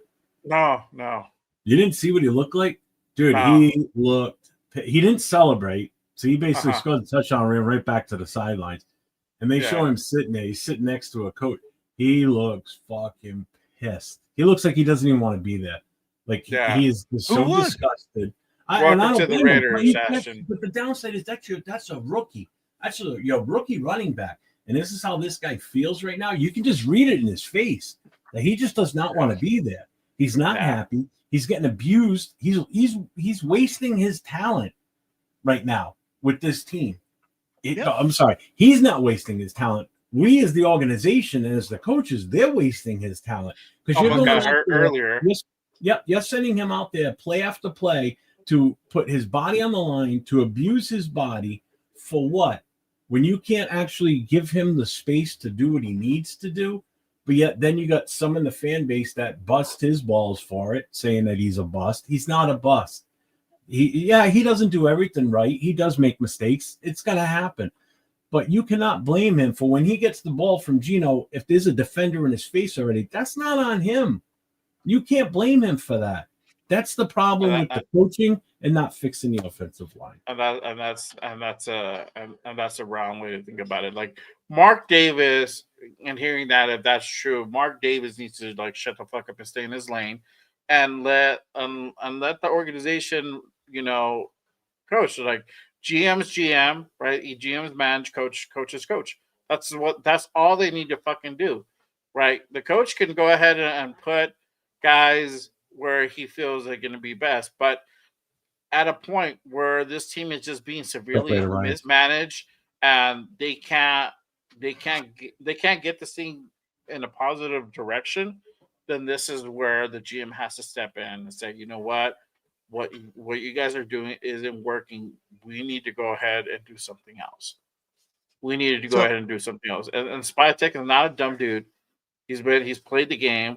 He didn't play at the highest level, which is the NFL, but he played at the college level. He played at Michigan. So this guy knows football. This guy's a fucking GM. He's assistant GM. He helped to go ahead and bring Tom over, right? He drafted a lot of the guys in Tampa. So he has experience in doing this shit. So you need to let him do his thing. This is where Tom comes. This is where Mark needs to listen to Tom. Be like, look, bro, just need to shut the fuck up. If you have a question, ask me, and then I'll ask John. You know, that's the way it should go. There's no order to this. They're just letting fucking Pete. They're just letting the crazy people run the asylum, bro. And that's Pete and Chip, bro. They don't know what the fuck is going on. We're still dealing with the ramifications from McDumdum. Yeah. We really are. We're still to a certain extent. We're still in that 5-year. No, I'll be like behind Jeff, by him when he was. I'm so tired though. I'm so tired of going back to blaming the same old thing. Yeah, but he took the team and destroyed the team. Some of those guys that he got rid of would still be here. That's the whole point. He took a team that was a playoff team and dismantled it. But Jeff, he ran the wheels off of Josh Jacobs his first year here as the head coach. You know, and then really used them the year after, and then let him go. 100%. But Jeff, let me hit you with this. We have drafted rookies that we're not even playing with this regime. We're not adjusting to certain things. And I'm going to put it like this. This regime, the way that it has started, it's like the left hand doesn't talk to the right hand and the head doesn't talk to neither of the hands, right? Because we have a GM the right hand know what the left hand is doing. Exactly. We have a GM that's, hey, he's drafting for the future. He's looking at guys. He's saying this is future. We have a head coach saying that we're going to win right now and we're going to run the football and play good defense. We have an offensive coordinator that thinks he's Eric Coryell and is going to throw it 48 times a game plus and use Geno Smith like Dan Fouts. But we really got Uncle Rico back there throwing the ball over the moon to the other team. So that's the whole dysfunction with this team. And when it starts from the top, I get what Jay is saying. Man, we need Spy Tech to come down and just lay the hammer. But the thing is, we need a clear vision. Yeah. We need a clear vision to say, this is what we're doing. And I'm tired of Pete Carroll saying, oh, we got to win right now. I don't give a fuck that you're 73. Yeah. That's your problem. Not our problem. Yeah, that's not our problem. He doesn't. You're destroying our team because you're 73 years old, because you don't want to see these guys in the future. It's like this. Jay is an upcoming content creator for the Raiders, right? And us just going and saying, hey, Jay, bro, just take down your show. You'll be fine. No, you don't do that. You let your guys play. You let your gazelles run. You let your lions roar. And we are not doing that, man. Yeah. Bro, I know you go like that. Yeah. I'm addressing to comment. Shout out to my guy Rosetown. He says Kappa Plain Center tells ya a lot about Pete. He doesn't know what he's doing. I'd rather play his guys that plays for the Shield. Yeah. Facts, bro. You could tell that's a total like we're gonna go ahead and try this thing all of a sudden in week 12 and see if it works. Right?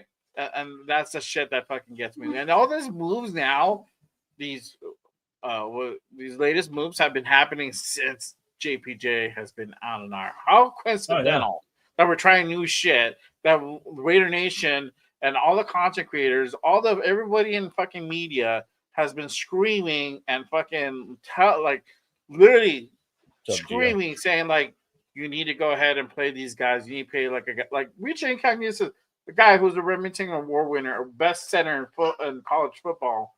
You put him at guard, right?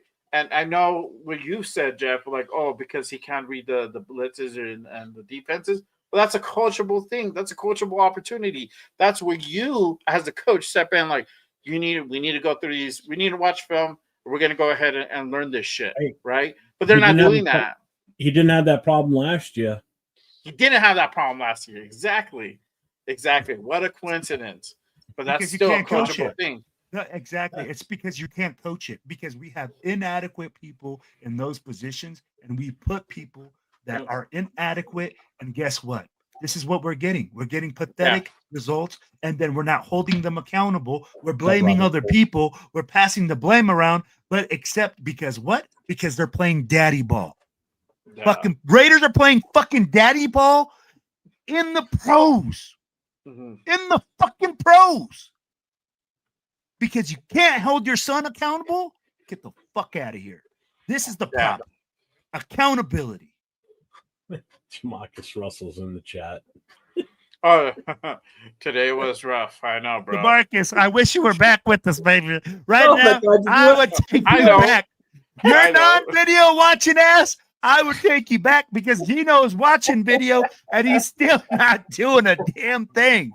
Did you ever in your lifetime think that someone in Raider Nation would sit there and say, "We want Russell back"?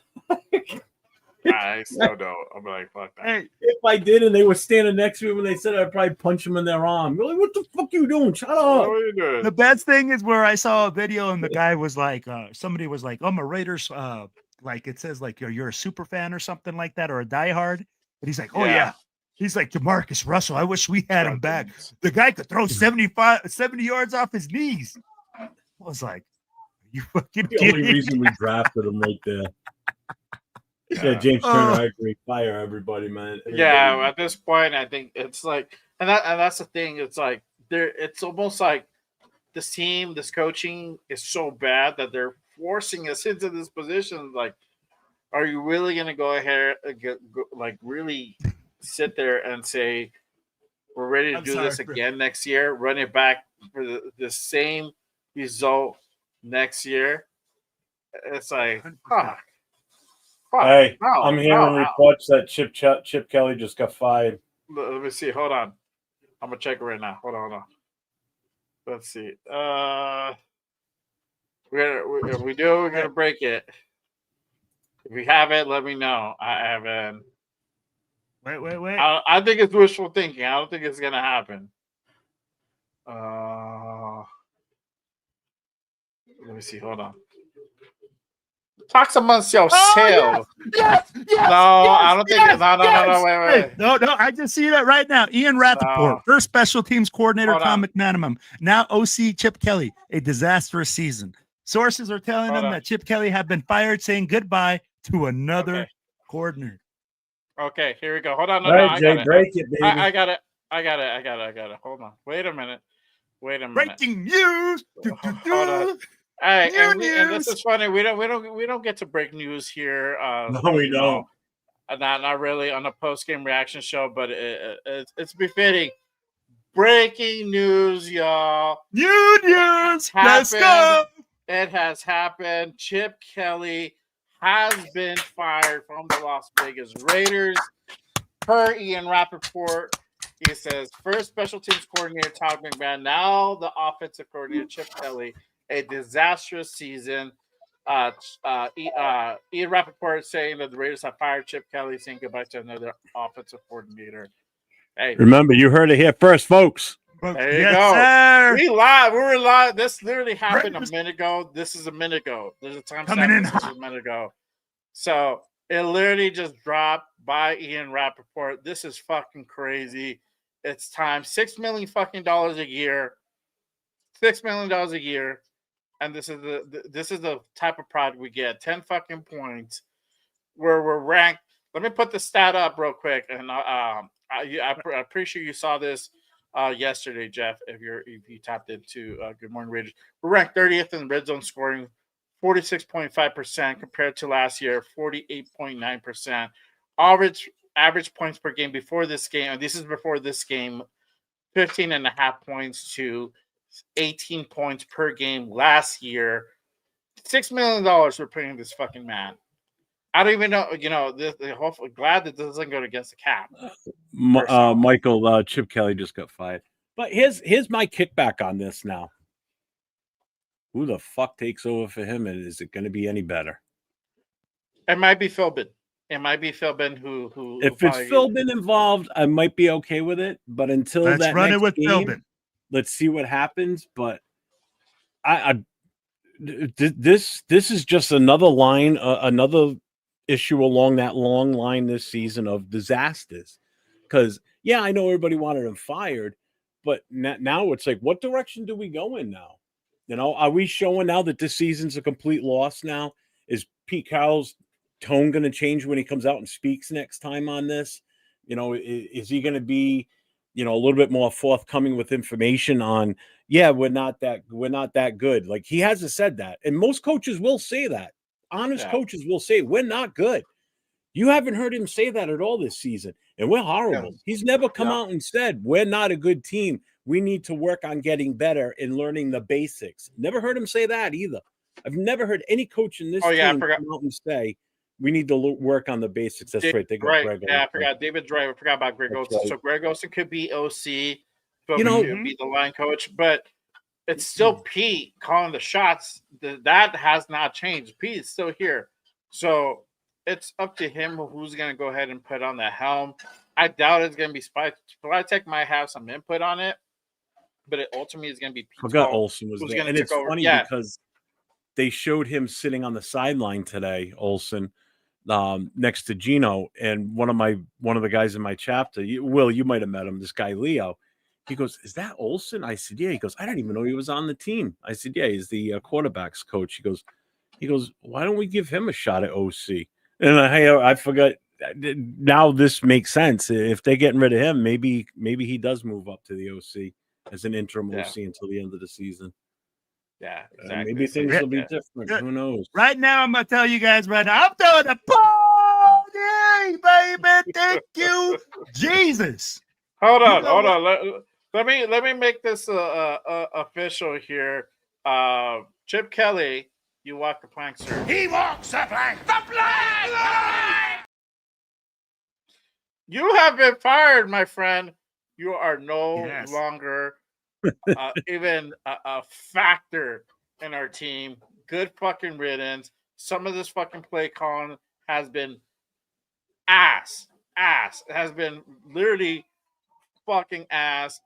We do. Getting safety on Monday night should have been the fucking deal breaker. Should have been the thing that got us. This should have happened Tuesday or Monday night. Safety, we got safety at our own house, trying to run the ball from the 2 fucking yard line. When even Troy Aikman's like, this would be a good opportunity to do a play action fake, and we can't fucking like get out of our own end zone. It's this is the type of shit that we've been dealing all year long, and finally we get to go ahead and put this motherfucker out to pasture and say goodbye to him. Chip Kelly, you have walked the plank, sir. Goodbye. Goodbye. You're the weakest link. You're the weakest link. Yeah. So if you guys are just tuning in, Chip Kelly did get fired. This just broke from Ian Rappaport just a few minutes ago, dropping it. Raiders parting ways from offensive coordinator Chip Kelly. First, you got Tom McMahon that got fired a few weeks ago. Now Chip Kelly, especially after 2 back-to-back poor performances where we're struggling offensively, unable to go ahead and score from the red zone. Raiders officially parting ways from Chip Kelly. Let everybody in the chat, let us know what you guys think. How you guys feeling about this move? You guys for this move? Are you guys against this move? Are you guys saying that this should have happened weeks ago, or are you glad it's just finally happening now? Let us know your opinion. Appreciate everyone who's pulled up. We finally got to break some breaking news. Didn't think it was going to happen. But my question is this. I'm going to ask you guys this question.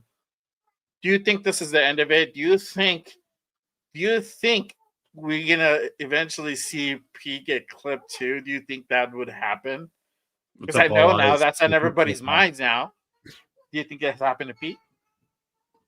How about let Jeff go first? Do I think Pete gets fired? I think he's here for the rest of the season. I don't think he goes anywhere the rest of the season. I seriously think that Pete Carroll's here to the end, and they come to an agreement at the end of the season where, out of respect to him and what he's done in his career, they talk him into wink, wink, retiring or we fire you type of thing. And I think that's the best way for both to save face. We don't come off as the asshole team that fired another goddamn head coach. You know, this coach decided that he's going to retire and go off into the sunset. We strike a deal with him. We pay him off. And then we bring in who we want at that point. Somebody younger, somebody that can be here long-term to develop a young quarterback. Because let's face it, Pete Carroll's not going to develop a quarterback. It's not going to happen. No. He's not going to be here long enough to have. I don't think he even has an interest of doing that, to be honest with you. No. No, he's never has done that. I mean, the only reason he started Russell Wilson was because he was better than what he had. That's the only reason.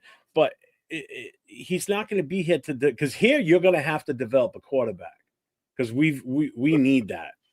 Okay, he's not here long term to do it. So I think he's done after this season. But I don't think we come right out and fire him. We allow him to retire.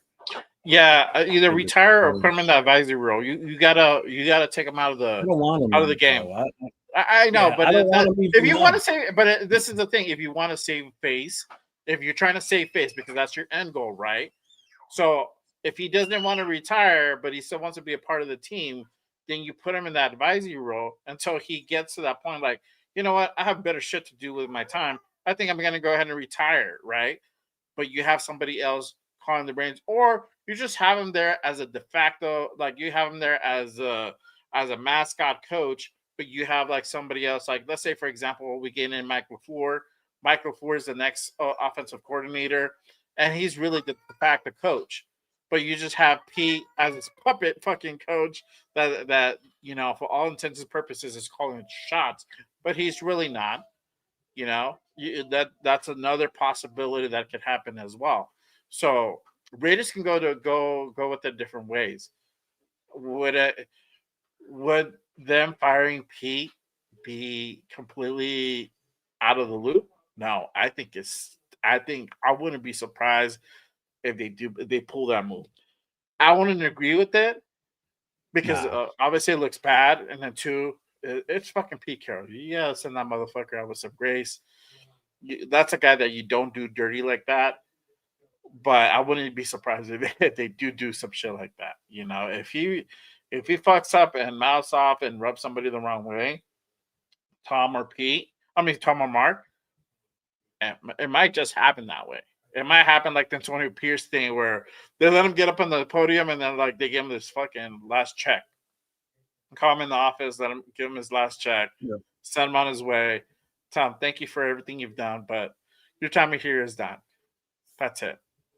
Yeah, I agree with you too. Firing Pete, it is justified to let him go. I think out of respect of what he's done in his career, you give him a little because that'll. I mean his career is already tainted after this season anyway.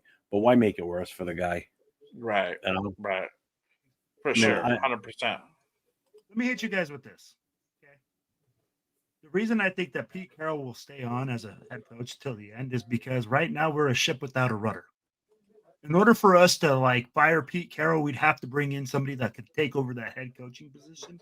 And unless you guys are looking at Patrick Graham taking over as the interim head coach, hold on. But I'd be like, that's probably what you're looking would be him. Yeah, it probably would be him if you're gonna go ahead and part ways with Pete like that. Yeah, we're gonna can him like at this point in juncture. You're gonna have to go with Patrick Graham. Give him his opportunity to go ahead and at least get that under his belt. And then if he does a decent job, then maybe that's but I don't think Pete's gonna get let go in the middle of the season. I think if anything, it's at the end. I don't think so either. And you guys are correct. I agree with you. I think that, but it depends on how bad it is, right? Because right now it's bad. I agree now with that. Now we just lost our offensive coordinator and it's bad. Now I think Greg Olson and I think Joe Philbin will make adjustments and they will, try to put players in the best positions, try to get those adjustments done. But until Brendan Carroll, gets out of the way as the offensive line coach and really turns up, we're going to have the same problems with the offensive line, correct? So at the end of the day, if this continues to get worse, if we go into game 15, I could see Pete Carroll being released. And be like, hey, you know what? Thank you so much. We appreciate what you've done. We get that you have this great track record, but here you did not come in here and do a damn thing. Yeah, 100%. I like this question from TK.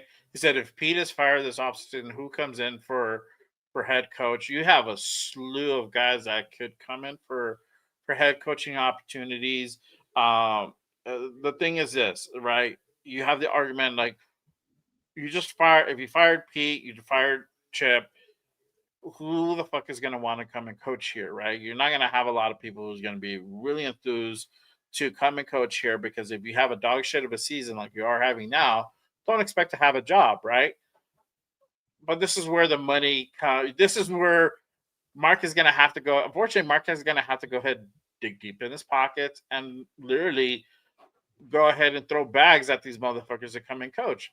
Now, make it smart, make it work. Where if you're giving a 3-year contract, 4-year contract, 5-year contract, make the first 2-3 years guaranteed. Don't pay these guys. Don't do a Gruden deal where you're doing 10 years for $100 million. Like, that's kind of fucking dumb, right? Especially on a newer coach, a younger inexperienced coach.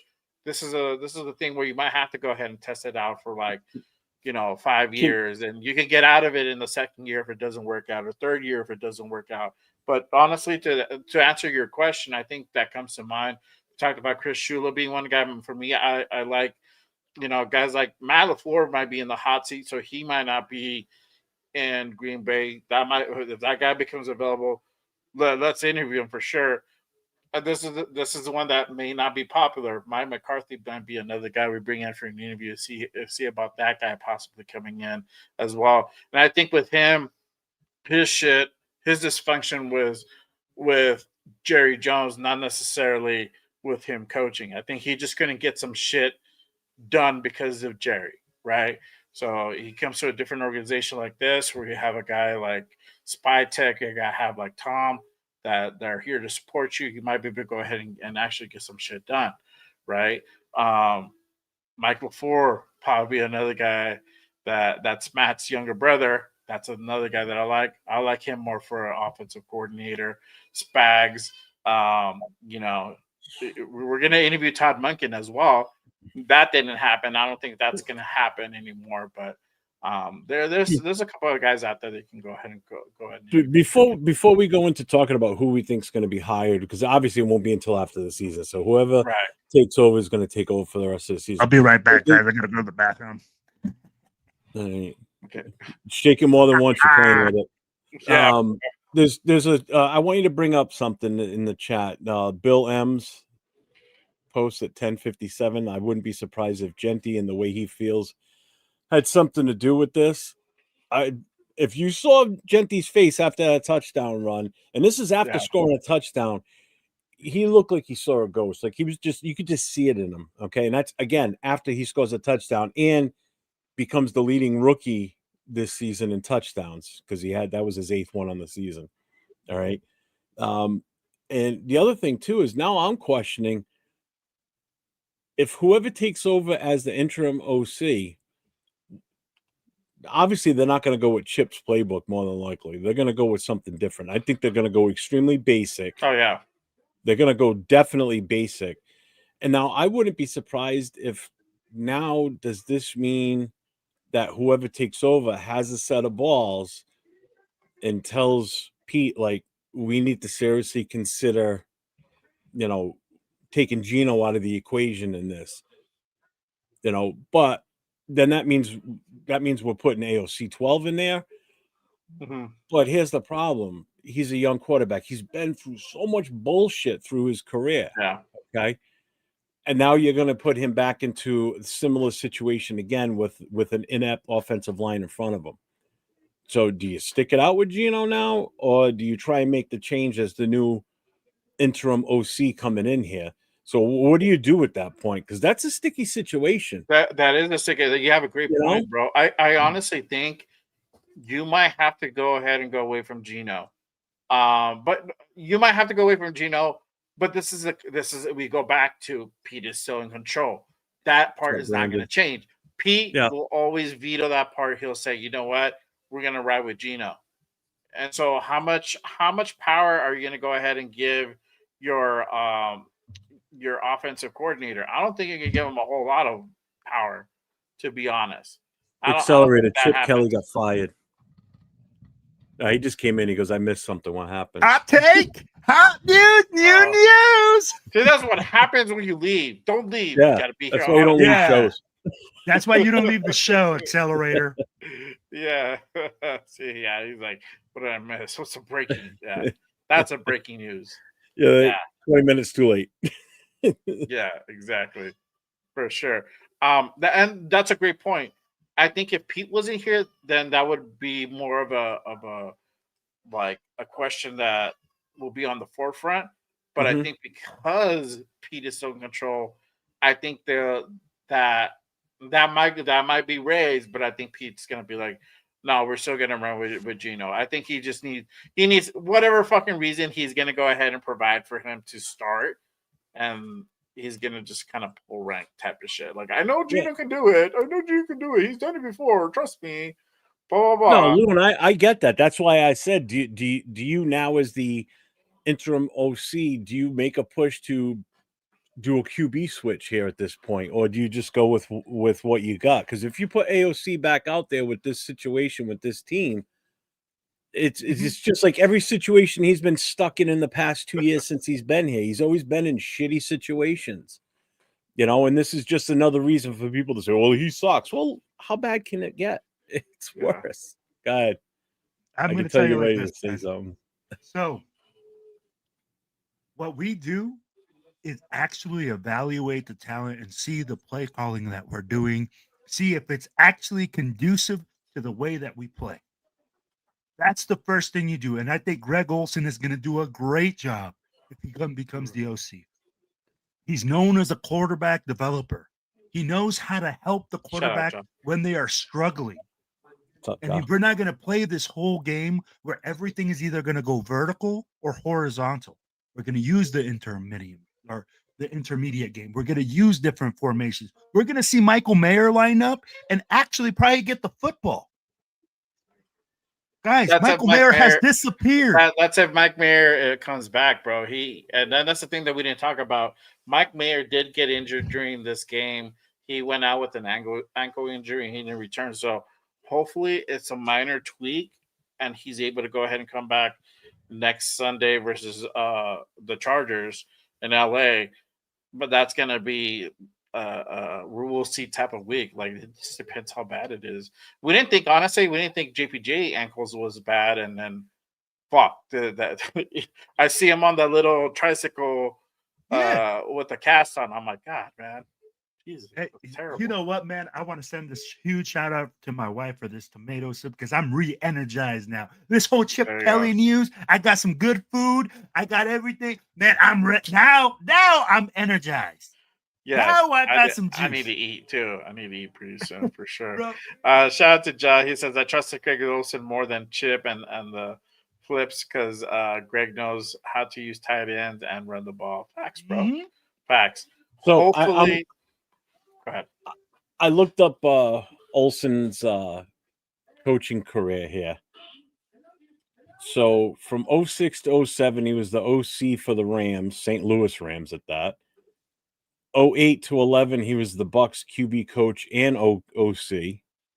2012, he was the assistant head coach and QB coach for the Jaguars. 2013 was his first stint with us as the OC. Then 15 to 16 with the Jaguars again as OC. 17 with the Rams for QB coach. Then 2018 to 2021 when Gruden came back as the OC. Dude, And Timmy, then man. he's got nothing from 21 until this year when he came back with us. I don't see he was doing anything during those years. It doesn't show anything. Looks like from 21 until 2025 he wasn't coaching anywhere. Mhm. That's weird. Hmm. So I mean he has been OC for us twice.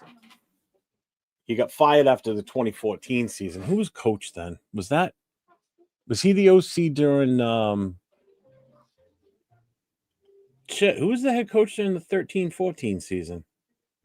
Was that I don't remember. I forget now.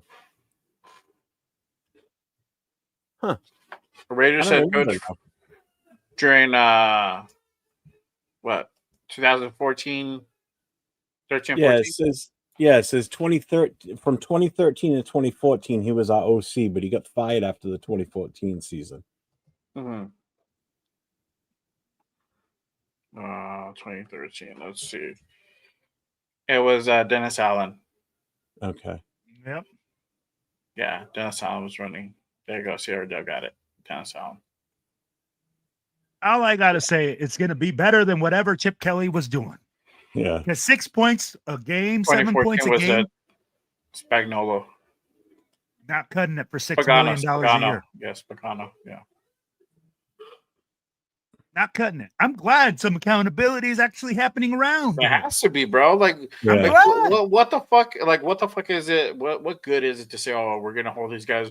We're holding yourself accountable. It's my fault. You can put it on me, and and nothing happens. It's like, okay, cool. It was my fault, but like, I keep doing the same shit again. It's like, you know, if I yell at my fucking teenage son and say like, why didn't you take out the result? Oh, it's my fault. I'm sorry. Like, I fell asleep and I won't do it again. And then he keeps doing the same shit. It's like, okay, bro, like, you need to get it done. Fifth time it happens, you need to get it done. And then I don't punish him. I don't do anything to like correct him. I'm like, this is, or even tell him like, hey, you know what? This is why you need to go ahead and do it. Yeah. We got trash day. If you miss putting out the trash, then guess what? We don't get our trash picked up till the following week. Trash mounts up, it starts to sink, yada yada yada. It's the same fucking concept. It's like you need to either have a sit down with these guys. I don't know what Pete was doing to go ahead and really hold Chip accountable. I'm pretty sure there wasn't really anything. I'm pretty sure. And that's the thing, right? But finally, we see something from this disconnect that the offense and freaking head coach have no like crossing or anything like that. I'd be like, bro, like literally Pete Carroll coming out and saying we're running the ball, throwing the ball 49 times. Finally, he says, you know what? I'm fed up with this. We got to run the ball. We got to give the ball to Aston Genty. We don't got a quarterback. This is that's a move to me. This is a clear sign to me that we're going to move to running the football. Yeah. They saw that Chip Kelly didn't want to change, that he's not adaptable, that his offense belongs back in college. And they said, hey, you know what? We no longer want to participate in your experiment. You don't know better than everybody else. Just buckle down and play good old school, hard-nosed football. Yeah. Can't wait. Yeah. Shout out to everybody in the building. We have about 200 in the building. Again, if you guys haven't done so already, make sure you guys head on over it, smash that subscribe button, and click those thumbs on this channel, Just Raiders, baby. On my guy, Jeff's channel, 401_Raider_Jeff, and my guy, Silver and Black Radio Podcast. Make sure you guys smash that subscribe button for everything Raiders related. Appreciate you guys pulling up. If you guys missed it, if you guys are just pulling up and tapping in, great news, wonderful news, breaking news.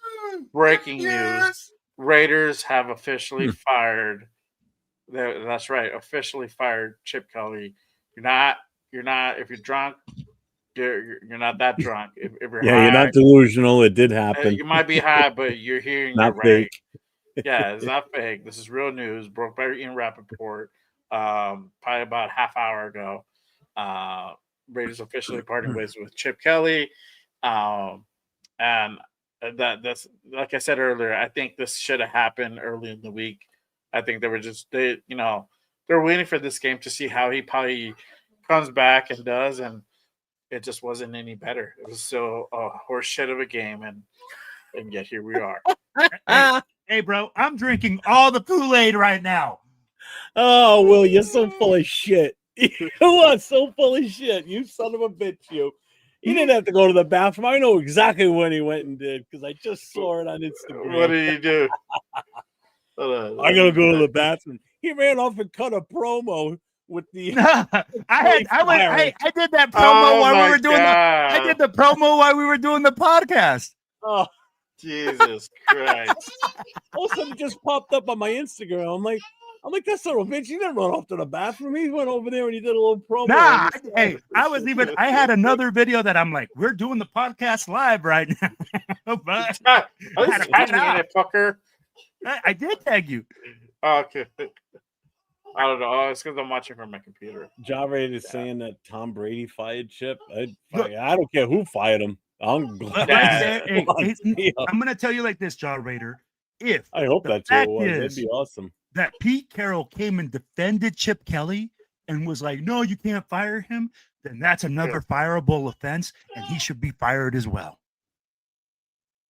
Because that's just shows how incompetent we're allowing people to be all the way across the board. I'd be like, if he's coming up and saying, oh, you know what, he's doing a good job.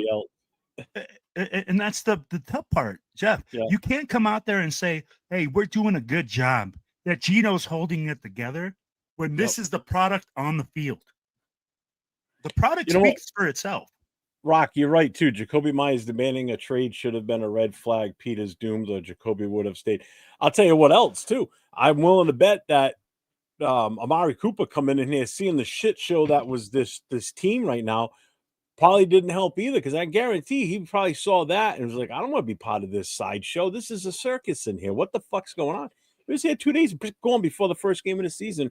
We all were expecting to see him in New England. And then all of a sudden, what was it, Thursday night or Friday night? Somebody's like, oh, Amari Cooper just retired. I'm like, what? He was going to be playing this weekend. No, he just retired. You know, I'm willing to bet he saw the writing on the wall himself. He's a savvy veteran. He's been around a long time. He's been on multiple teams. He knows good locker rooms and 100%. good systems and bad systems and bad locker rooms. And he walked into this one and went, wow, this is dysfunctional. And he probably hightailed it the fuck out of here. And I don't blame him. You know, he probably saved himself some aggravation. So, yeah, I'm willing to bet that's exactly what it was with him. Freaking right now, Ashton Genty's running circles around at home. Oh, yeah. So I'm sure he's ecstatic right now. Woo, I can't wait. I'm finally going to get the ball 20 plus times a game. And we're probably going to know who to block. Yeah. My guys will probably know who to block, which direction the ball is going, and the game plan won't change. Let me see. I'm going to see if he's I'm trying to see if there's anything like linked to Brady. I don't think there's nothing linked to Brady. No, I'm looking to see if Genty's online, because usually after a game he goes and plays games. He streams them on YouTube. No, he's not, because I follow him on YouTube. He's too busy partying right now. He's Well, celebrating. that's why. I was gonna see, because if he's on right now, he's probably having a blast. He's probably Cool Kev says Twitter finally announced it. Don't worry about it, Cool Kev. You're right here watching Just Raiders, baby. Everything we put out is 100 guaranteed vented. 100 guaranteed, baby. We do it on the spot. Y'all already know what it is, baby. Ooh. I'm going to go ahead and put this up by Paul Gutierrez. Paul Gutierrez, if you guys don't know who he is, he's connected to the Raiders. So he's part of that. He works for the Raiders, right? He does some stuff for the Raiders and whatnot. So he put this up. He said, this is coming from Pete, right? He said, I spoke with Chip Kelly earlier this evening and informed them of his release as offensive coordinator of the Raiders. I would like to thank Chip for his service and wish him all the best in the future, Pete Carroll. So I don't know how accurate this is, but I mean, this is coming from Paul Gutierrez, so I'm pretty sure this is real. So there you have it. Just wanted to go ahead and kind of share that. Oh man, sure. Yes, Accelerator. Those are my kids, and they're running a fucking muck. Marcus. Yes, we do. We drop it hot, baby. We got new views coming out on a daily. That's why y'all gotta lock in. Subscribe, man. Put that little bell button on, all three of us, because we're hot. We bring it out hot. And Jeff's on here all the time. We're on here. We're trying to make it so that way you guys get the content, get the information as fast as possible. I'm not salty like Skip Bayless, bro. Come on now. Hey, what's up, We Raider? Like, We Raiders in the house. Yes, sir. What's up, brother? How are you? It's a happy day. Right.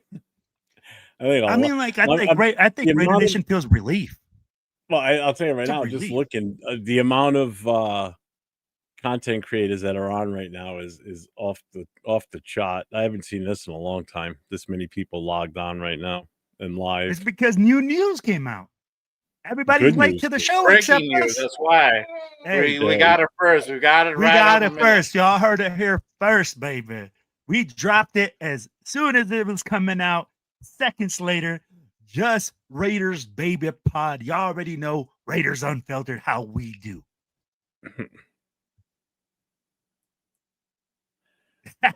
Jay's like, yeah, facts.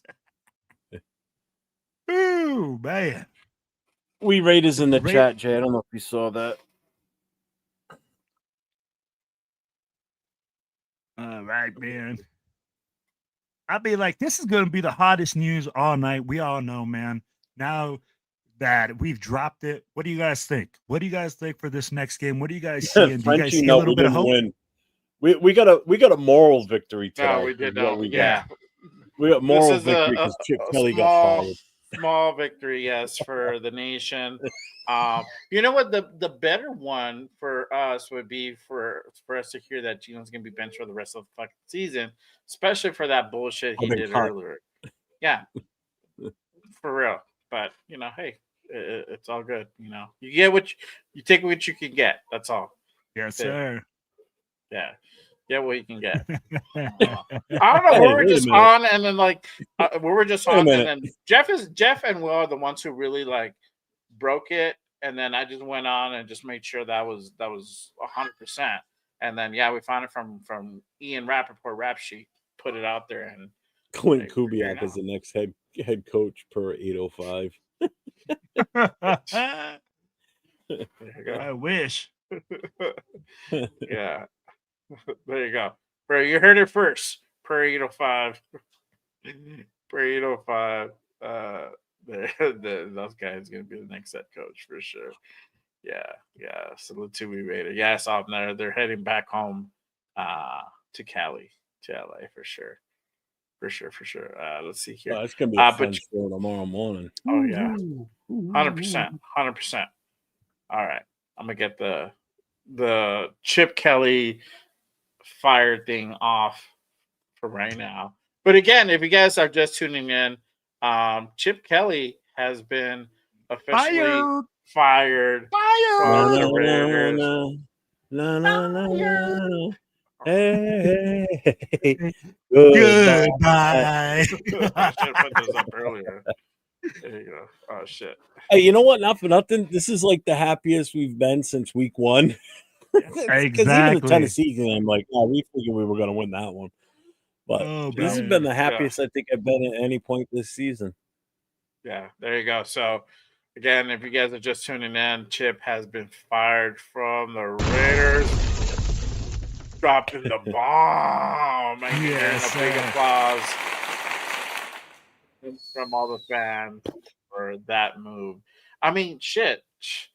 For the way that for having 15.5 points per game as your average with this, offense, we went out and got the number 6 pick. We went out and got all these guys. We drafted Dante Thornton, Jack Besh. We drafted, these 2 linemen in the 3rd round, and yet we're still struggling to go ahead and put points on the board when we're 46% in the red zone, 30th ranked. Mm-hmm.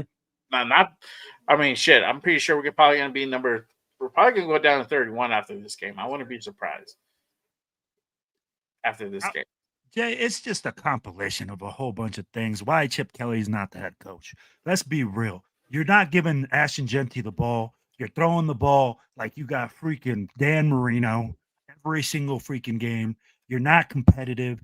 You're not doing anything on offense. It's really stagnant. Max Crosby has been freaking dying on defense. Every single time we put them on the 12-yard line, we can't even score 7 points. That's why Chip Kelly is gone. Yeah. 100%. I don't even care. Who cares? $6 million for 3 years. Who cares? I don't know. It's not 6. I don't know. It's not $6 million per. It's $6 million a year, maybe for 3 years, or could be that 5 years. I don't know. However long Chip was here.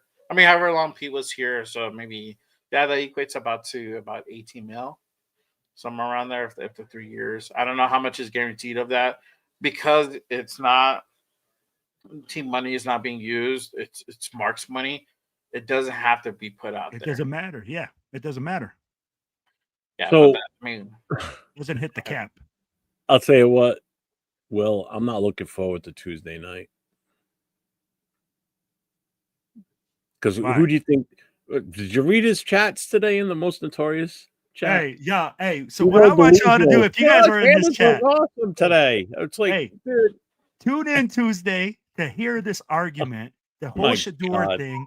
We got somebody that's going to go up to bat and say that we should have drafted Shador, that he was going to be the solution. Guys, it's going to be hot. It's going to be oh spicy. yeah, it will be. We might even kick some people out. Who knows?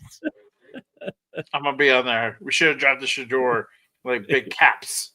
Oh, only you, bro. Only you. The only antagonizer on there.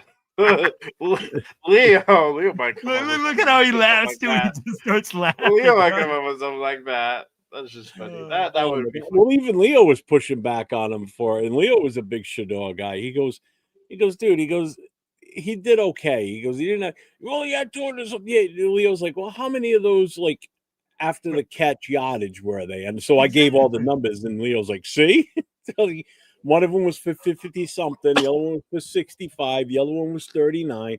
Add all those up, so all his short little passes equal to like 75 yards, if that. So it wasn't a superstar day. No, don't everybody get all excited about how great Shador played. And besides, it's our secondary. Good God, He really anybody didn't do can much. defense Hey, us. he tore up Ty Blue Kelly. Woo!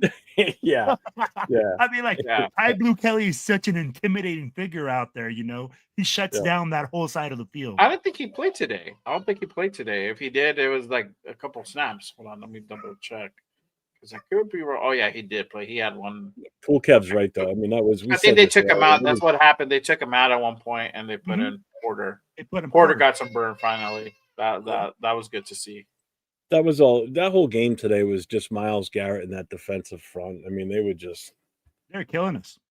That's the story for today. If there's a story, it's not Shador played like a superstar. It's the defense just crushed us. 100%. 10 sacks. 100%. Come on, man. Yeah. You ain't gonna win a game when you're giving up that many sacks. Absolutely not. I don't care how good you are. Yeah, That's that Browns lot defense is of playing Madden on rookie mode, bro. Like, you know, it was that type of game. It was that type of game. It's like next thing you know, fucking Gino is getting sacked. I'm like, fuck, bro. And then also to Gino's fault, he's holding on to the fucking ball way too fucking long at times. So that is not even helping either. So it's like, fuck, bro. Like, what can you do? What can you do? Like, Yep. no wonder, like, by the end of the game, he identified himself as a turtle on his back because that's pretty much what he's like all game. Like a fucking turtle. As I can't move. Every time he turned around, he was on his ass. Yeah, that's what. There's no QB that could have gone in there today. There's nobody that could have done anything. There's nobody. I look at Thursday night's game between Buffalo and Houston. Houston's defense is nasty. Who we have in a few weeks. And look what they did to Josh Allen, one of the greatest quarterbacks we've got in this era. Don't be ruining my mood right now. Don't be ruining my mood. We'll talk about that in the future.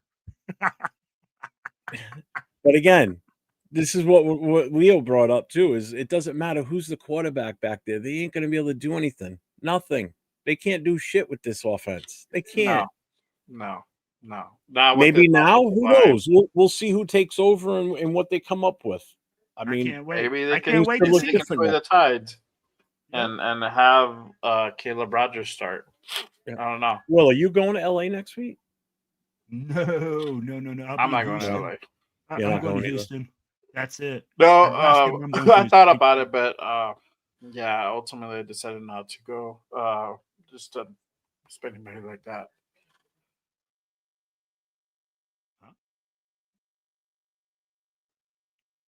Well, Sorry. I mean, it was Sorry, I a game, but the final outcome of Chip Kelly being fired kind of, I guess, takes the edge off.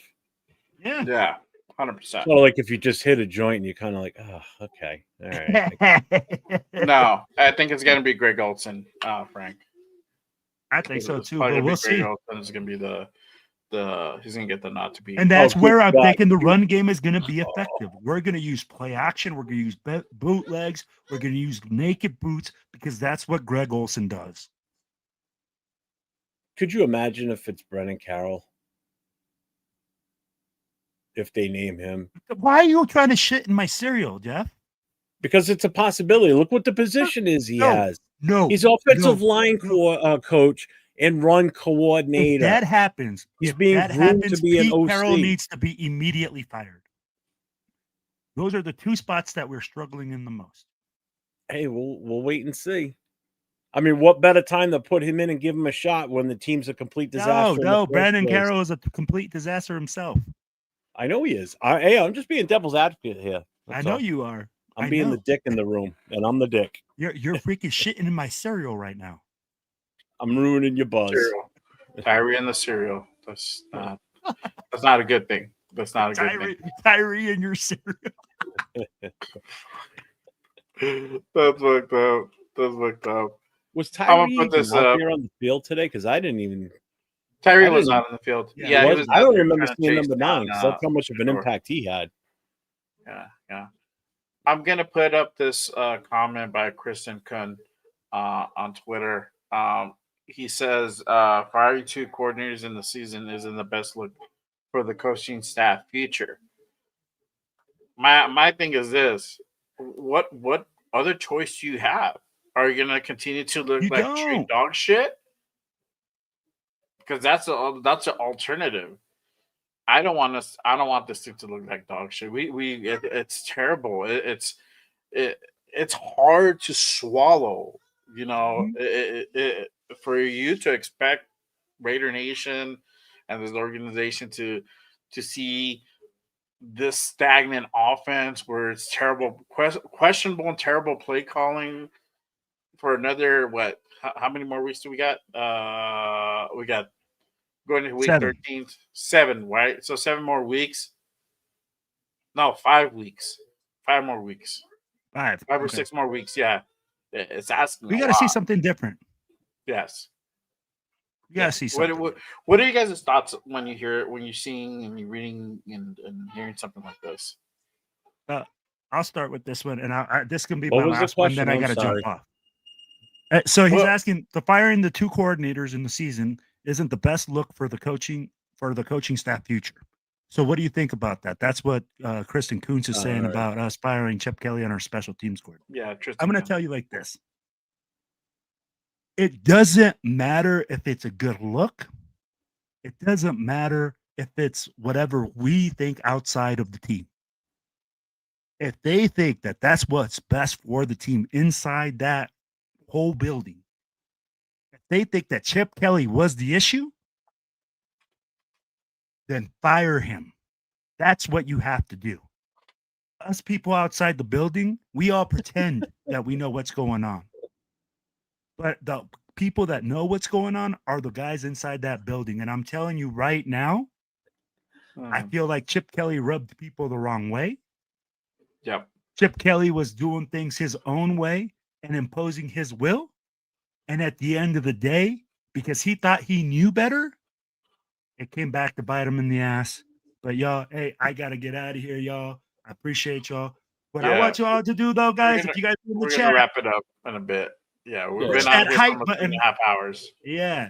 Hey, hit up my boy, Jay Raider, on that Just Pod, baby. Hit that like, share, and subscribe button. Hit my boy, 401 Raider Jeff. You know what it is. And, hey, guys, I'm going to see you guys on Tuesday.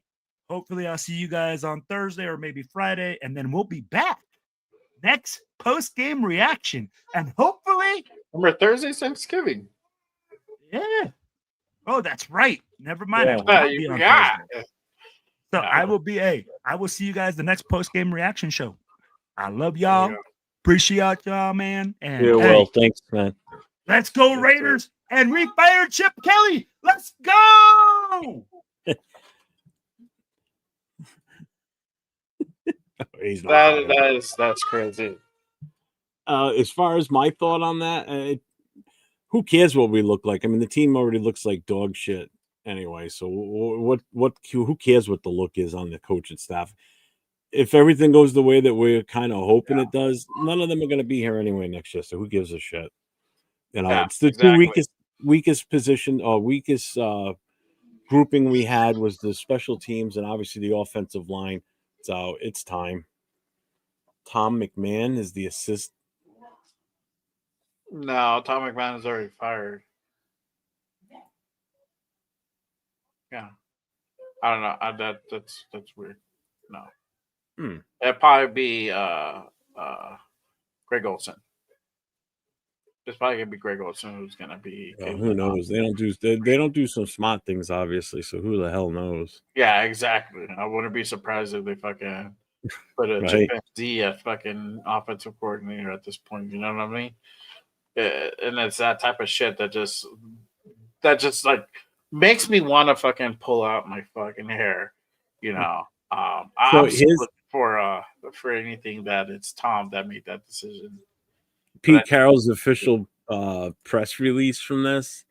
It says, I spoke with Chip Kelly earlier this evening and informed him of his release as offensive coordinator of the Raiders. I would like to thank Chip for his service and wish him all the best in the future. Pete Carroll. Yeah, that's what that's what Paul Gutierrez had put out. That's what I had up earlier. Oh, I didn't see that. Yeah. He had it. Yeah, I shared it. I shared it with the screen and everything. I wasn't looking, I guess. I don't know. Fired. All right. We're going to fire Jeff too.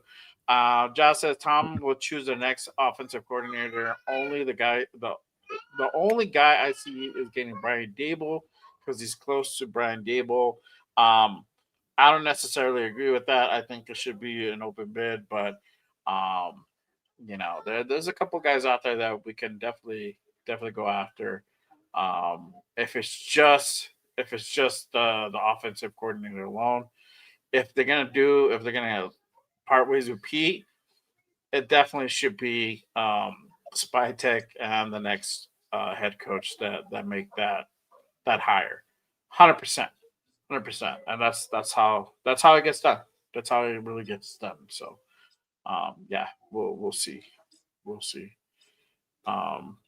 Yeah, I got another one that says Tom McMahon, but that's Bill says that. Yeah, see Eric Bill is another one. Yeah. See, Ray Travis says, what is the season we're winning? It is what it is this season. We're winning next week. Okay, there you go. I don't know if we're winning next week at SoFi, but that SoFi curse. But yeah. Yeah, that McVay dog. That's the route you want to go ahead and go for. So I mean, if you look at the offensive, because he's already off the list on Raiders.com. He's already off the coaching setup here, so they don't have anybody listed yet. Yeah, because if you go to defense, Patrick Graham was the first one on that list. So you go to the offense, and first one on that list is the wide receivers coach. So there's no OC listed. Yeah. So I don't know why everybody's saying Tom McMahon's going to be the. He's not even on the list. He's fired. He was fired on the. Yeah, 7th. He's not even here. He's not on the team anymore. So no, it's probably going to be Greg Olson, who's going to be the interim until the off season. So yeah, for sure. Let's go with this. And I know that's also been floated about Tom making that move. I think it might have came from Tom, but it was executed by Pete for sure. Oh man. Oh my God. Cool, Kev. Lane Kiffin. No. No. All right, here we go. Final thoughts. What are your final thoughts on this game, on everything that's transpired? Everything's just a mess. This team's a mess. I mean, when you're firing your offensive coordinator, you know you've basically thrown in the towel at this point on the first 11 games of this season. So to them, they're realizing 11 games in deep, too late, actually. that Chip Kelly wasn't the right fit for here. It's been proven. We'll see who they name, who takes over, and we'll see what gets put on the field for a product next Sunday. I'm curious to see what happens now. So, the rest of this week is going to be talking about, Kelly being fired. But I think after tomorrow, that's it. Let's move on. He's gone. Let's look to the future of the rest of this season. Let's see what we can do, with somebody different running the offensive side of this ball. And let's see if we can get any positive traction for Genty, especially. If anything, I want this kid to be able to succeed. So you're not ruining this kid's confidence. The last thing you want is for this kid to go 100%. into the rest of this season with what's already happened, feeling like a failure. Because he feels like that because he wants to take the weight of all this on his shoulders because he's a rookie and he was so highly picked. Coming in here at number 6, that's going to weigh on him. It would weigh on me if it was me. So I think anything we can do to build his confidence up and put the rest of this season in a positive lighting, that's great. Whether we win or not, I don't care. As long as if I see improvement on the offensive side of the ball, even in losses the rest of the way, but improvement where we're not such, I don't know, we're just dog shit. Today. Just dog shit. Can't even get out of our own goddamn way. That touchdown that came late, we all know it's garbage time at that point. So, but if there's improvement on the offense where we're getting the ball moving down the field, we're getting in the red zone, we're scoring points, but we're just getting outscored by the other teams because they're so much better. I don't care. Just show improvement, show something. That's my take. Yeah, for sure. Can't be any worse than what we've already done. So. Yeah, I think it could get worse. I think that's the sad part. It could get so much worse, and I don't even want to think about it. But I hope now with this move, at least we can play a little bit more smarter, a little bit more cleaner football. And to your point, even if we still lose, and I think we're still probably going to lose the rest of the season. I really don't see anything in the schedule aside from the Giants that we can potentially go ahead and pull out a win. I just want us to play better football, and if we get owned, we get owned. If this offensive line gets owned, it does get owned. Now, what I expect the shift to happen again, maybe, but Peterson hell-bent on not playing these rookies because of whatever reason he feels in his mind that is not beneficial. Maybe this next guy could sway that. I don't know. I hope so. I hope there's like somebody comes in, like Greg Olson takes over, like, hey Pete, just this is the reason why you might want to go ahead and play these guys. Like if we steer them in the right direction, then they might work out, and they show glimpses here and there. You want to win. Well, that's it.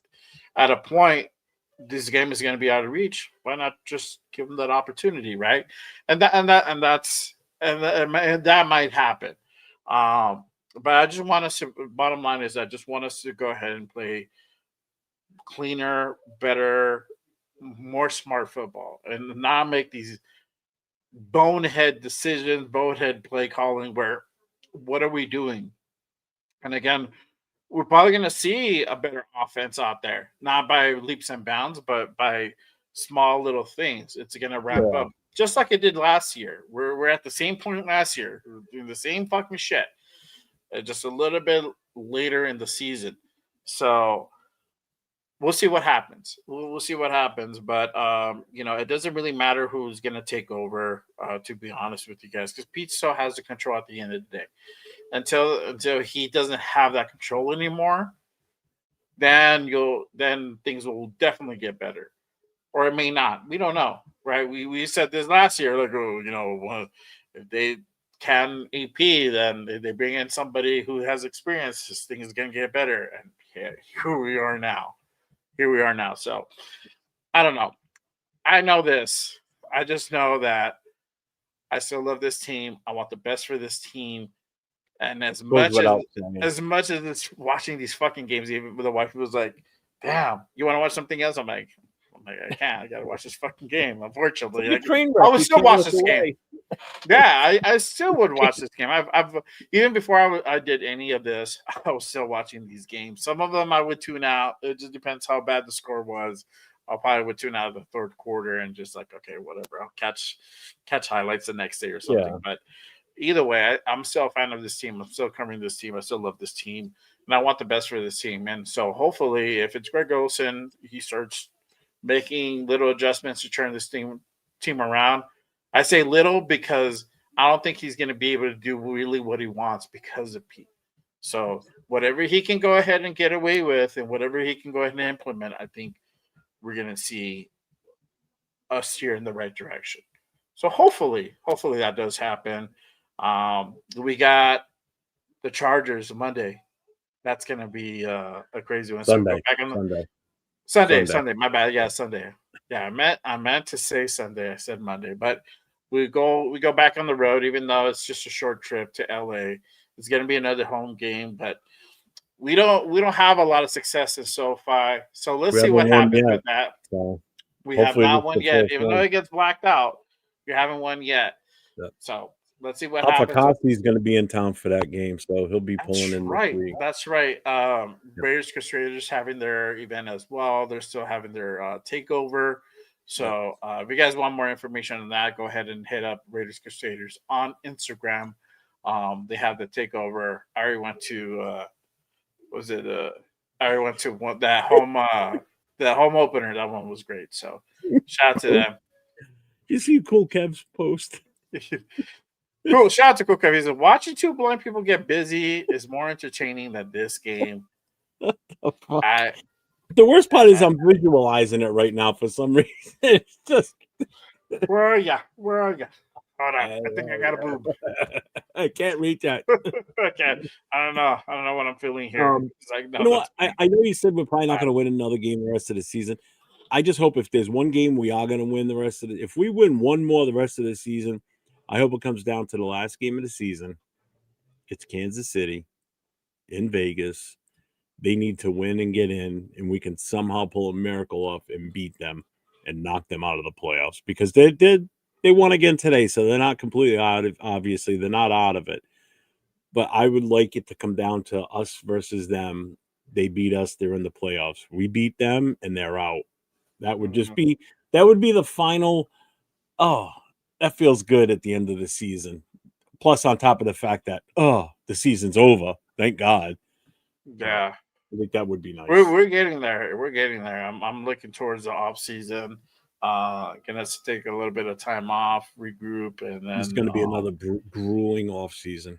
There's going to be another grueling off season. We're going to obviously we're going to talk about offensive coordinators, maybe another head coach, maybe another DC. Who knows? Black Monday, that day is going to tell us a lot. That week, the week of, because I remember AP got fired that day, right? On Black Monday? Or was it the next day? The next day he got canceled. It was Tuesday. He got fired the next day. Yeah, he got fired. Telesco was after that. Like 3 days after, 4 days after. Yeah, they shit can him. So they cleaned house in a sense and they started over. But I don't know. Does Spytek go unscathed? I think so. I think I kind of hope so because he brought the players in. It's not his fault that they didn't put them out on the field. He's not responsible for that part. You know what I mean? That's the product on the field. What's presented on the field. That's all the coaches. That has nothing to do with Spytek. Yeah. Now I think now that you have Pete involved more, that you have Tom. That now that you have Tom more involved, he can go ahead and validate and justify like, hey, this kid is good. Just got to give him that opportunity. We just got it wrong with Pete. That's really what it is. And then we really didn't have anybody else to come in and interview. And so they were kind of trying to bite the bullet. But again, if they're going to go ahead and clean house again, they're going to have to go ahead and go through this all over again. And you got to be ready. And so we'll see how it plays a factor in getting guys in the door to go ahead and come in here because It is rough for sure. It is rough. But I don't know. We'll see. We'll see what happens. But other than that, let everybody know what you have going on, where they can go ahead and find you, Jeff. You can find me under 401 Rated Jeff on Instagram, TikTok, X, YouTube. That's my handle on everything. I'll be on tomorrow morning with Chris for Raiders doing the Monday morning quarterback. We start at 12:45 Eastern time, so that is 9:45 Pacific time. And then I'll be on Tuesday night with the Most Notorious Podcast, myself, Raider Will, that was just in here with us, Leo, and James from the military chapter. Then you'll catch the two of us together Wednesday night, along with Leo and LV Raider 10 on the Raider Connection. There is no Raider Coast to Coast this week because Thanksgiving is Thursday, so Yeah. Nate and I will not be on Thursday night. Yeah. We'll most likely have a Raider Connection on Wednesday. Yeah, I think we had planned on it. Nobody had said that we weren't going to, so Okay. Yeah. I'm So, fine. I'm fine with it. I mean, I'm not doing anything Thanksgiving Eve anyway. I'm home. yeah, I just Family got comes there, so. Huh? I just got.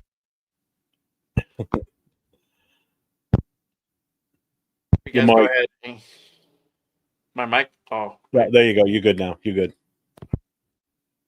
with the light. It keeps going off. Can you hear me now? Yeah, now I can hear you. Okay. Can you hear me now? Yep. I feel like I'm in an old school Verizon commercial. Can you hear me now? Can you hear me now? No. Or was it spread? I forgot. Those was old school. But yeah, make sure you guys go ahead and give my guy Jeff a subscribe and a follow. If you guys are on X, go ahead and give him a follow for sure. For me, I'll have Raiders Unfiltered tomorrow. Make sure you guys go ahead and pull up for that one. That will be at 5 p.m. Pacific on the West Coast. Make sure you guys go ahead and pull up for that one. Raiders Unfiltered Monday. Yes, Overreaction Monday. We're going to go ahead and talk about Chip Kelly getting shit canned after a terrible performance. Sponsored by Dunkin' Donuts. Not with sponsor. I'll take any type of sponsorship. Fuck it. I don't care. I'll get sponsored by Trojan Condoms. I don't give a fuck. Hell yeah. Honey. Oh, those loaded hash browns are damn good too. There you go. Pay me and coffee. I'll take that too. I drink coffee in the morning. Coffee and loaded hash browns every day. I'm happy. There you go. See, that's what's up. It's expensive, man. Okay. I don't. I just drink coffee at the house at the crib. So that's a couple $100 a month. Yeah. I need to. I still work. I work. So I mean, I need to be up in the morning for sure. So yeah, but make sure you guys go ahead and pull up for that one. Raiders Unfiltered on Monday, and of course, make sure you guys go ahead and pull up to our show, the Raider Connection, every damn Wednesday at 6 p.m. Pacific on the West Coast. Again, that is myself, my guy Raider Jeff here, our guy LB Raider 10, and Cheeto Linus. We do the damn thing as a panel show. We'll go ahead and preview each week's game. And I'm pretty sure Chip Kelly being canned is going to be on the docket Wednesday night for sure. So we'll go ahead and talk about it and see how that's going to impact Sunday's game for the better, for worse. We'll go ahead and chop it all up. You get 4 opinions. So make sure you guys go ahead and hit that notification bell for that show. I will not have a Good Morning Raiders this week. I am taking some time to go ahead and hang out with the fam. So no Good Morning Raiders this week for Thanksgiving. I'll be back probably for sure second week of December. I got a show lined up with my guy Farrell. Shout out to Farrell. But Good Morning Raiders, usually it's on every Saturday morning, 10 a.m. Pacific. There will not be a show this Saturday. I'll be back in December to go ahead and rock it again with another Fire show. So make sure you guys go ahead and tap in for that one. And obviously the post-game reaction show after every game. Damn, we've been on for 3.5 fucking hours. Yes, that breaking news is what got you. This is what got us. Yeah, because we would probably been going a while ago. Yeah. John Parker, they haven't announced who's taken over as OC yet. Nobody so. officially, no. No. Yeah, nobody officially. So yeah, wow. We'll see. It's probably it might be Greg Olsen. It's probably the consensus. I'm reading some stuff on Twitter that it's looking to lean that way, but again, officially from their standpoint, there's nobody has been given that title yet. We probably won't hear nothing until tomorrow morning, and they'll probably have a press conference about it, and they'll ask Pete what led to that decision, and blah blah blah blah, and you'll have Pete's bullshit answered. So you guys he'll push his shit around the so you know that. Yeah. He's like, well, yeah. So, that's a lot of factors why that's. I want someone to come out in the press if they're going to ask him this tomorrow. What they should be asking is, whose decision was it to fire Chip Kelly, Pete? Why are you going to hide from that answer? Answer it. Was it you? Was it Brady? Was it Mark Davis? Who the hell was it? Who Spytech? Who came up with the ultimate decision to fire him? Plain and simple. That was a decision made by all of us, and we thought that was the best thing we came for to us to do. That's why we did it. Yeah.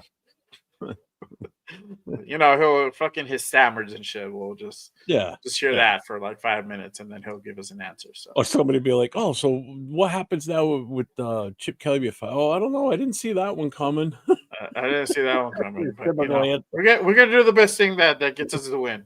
That's all that matters. Yeah. We're gonna just go out there and win football games.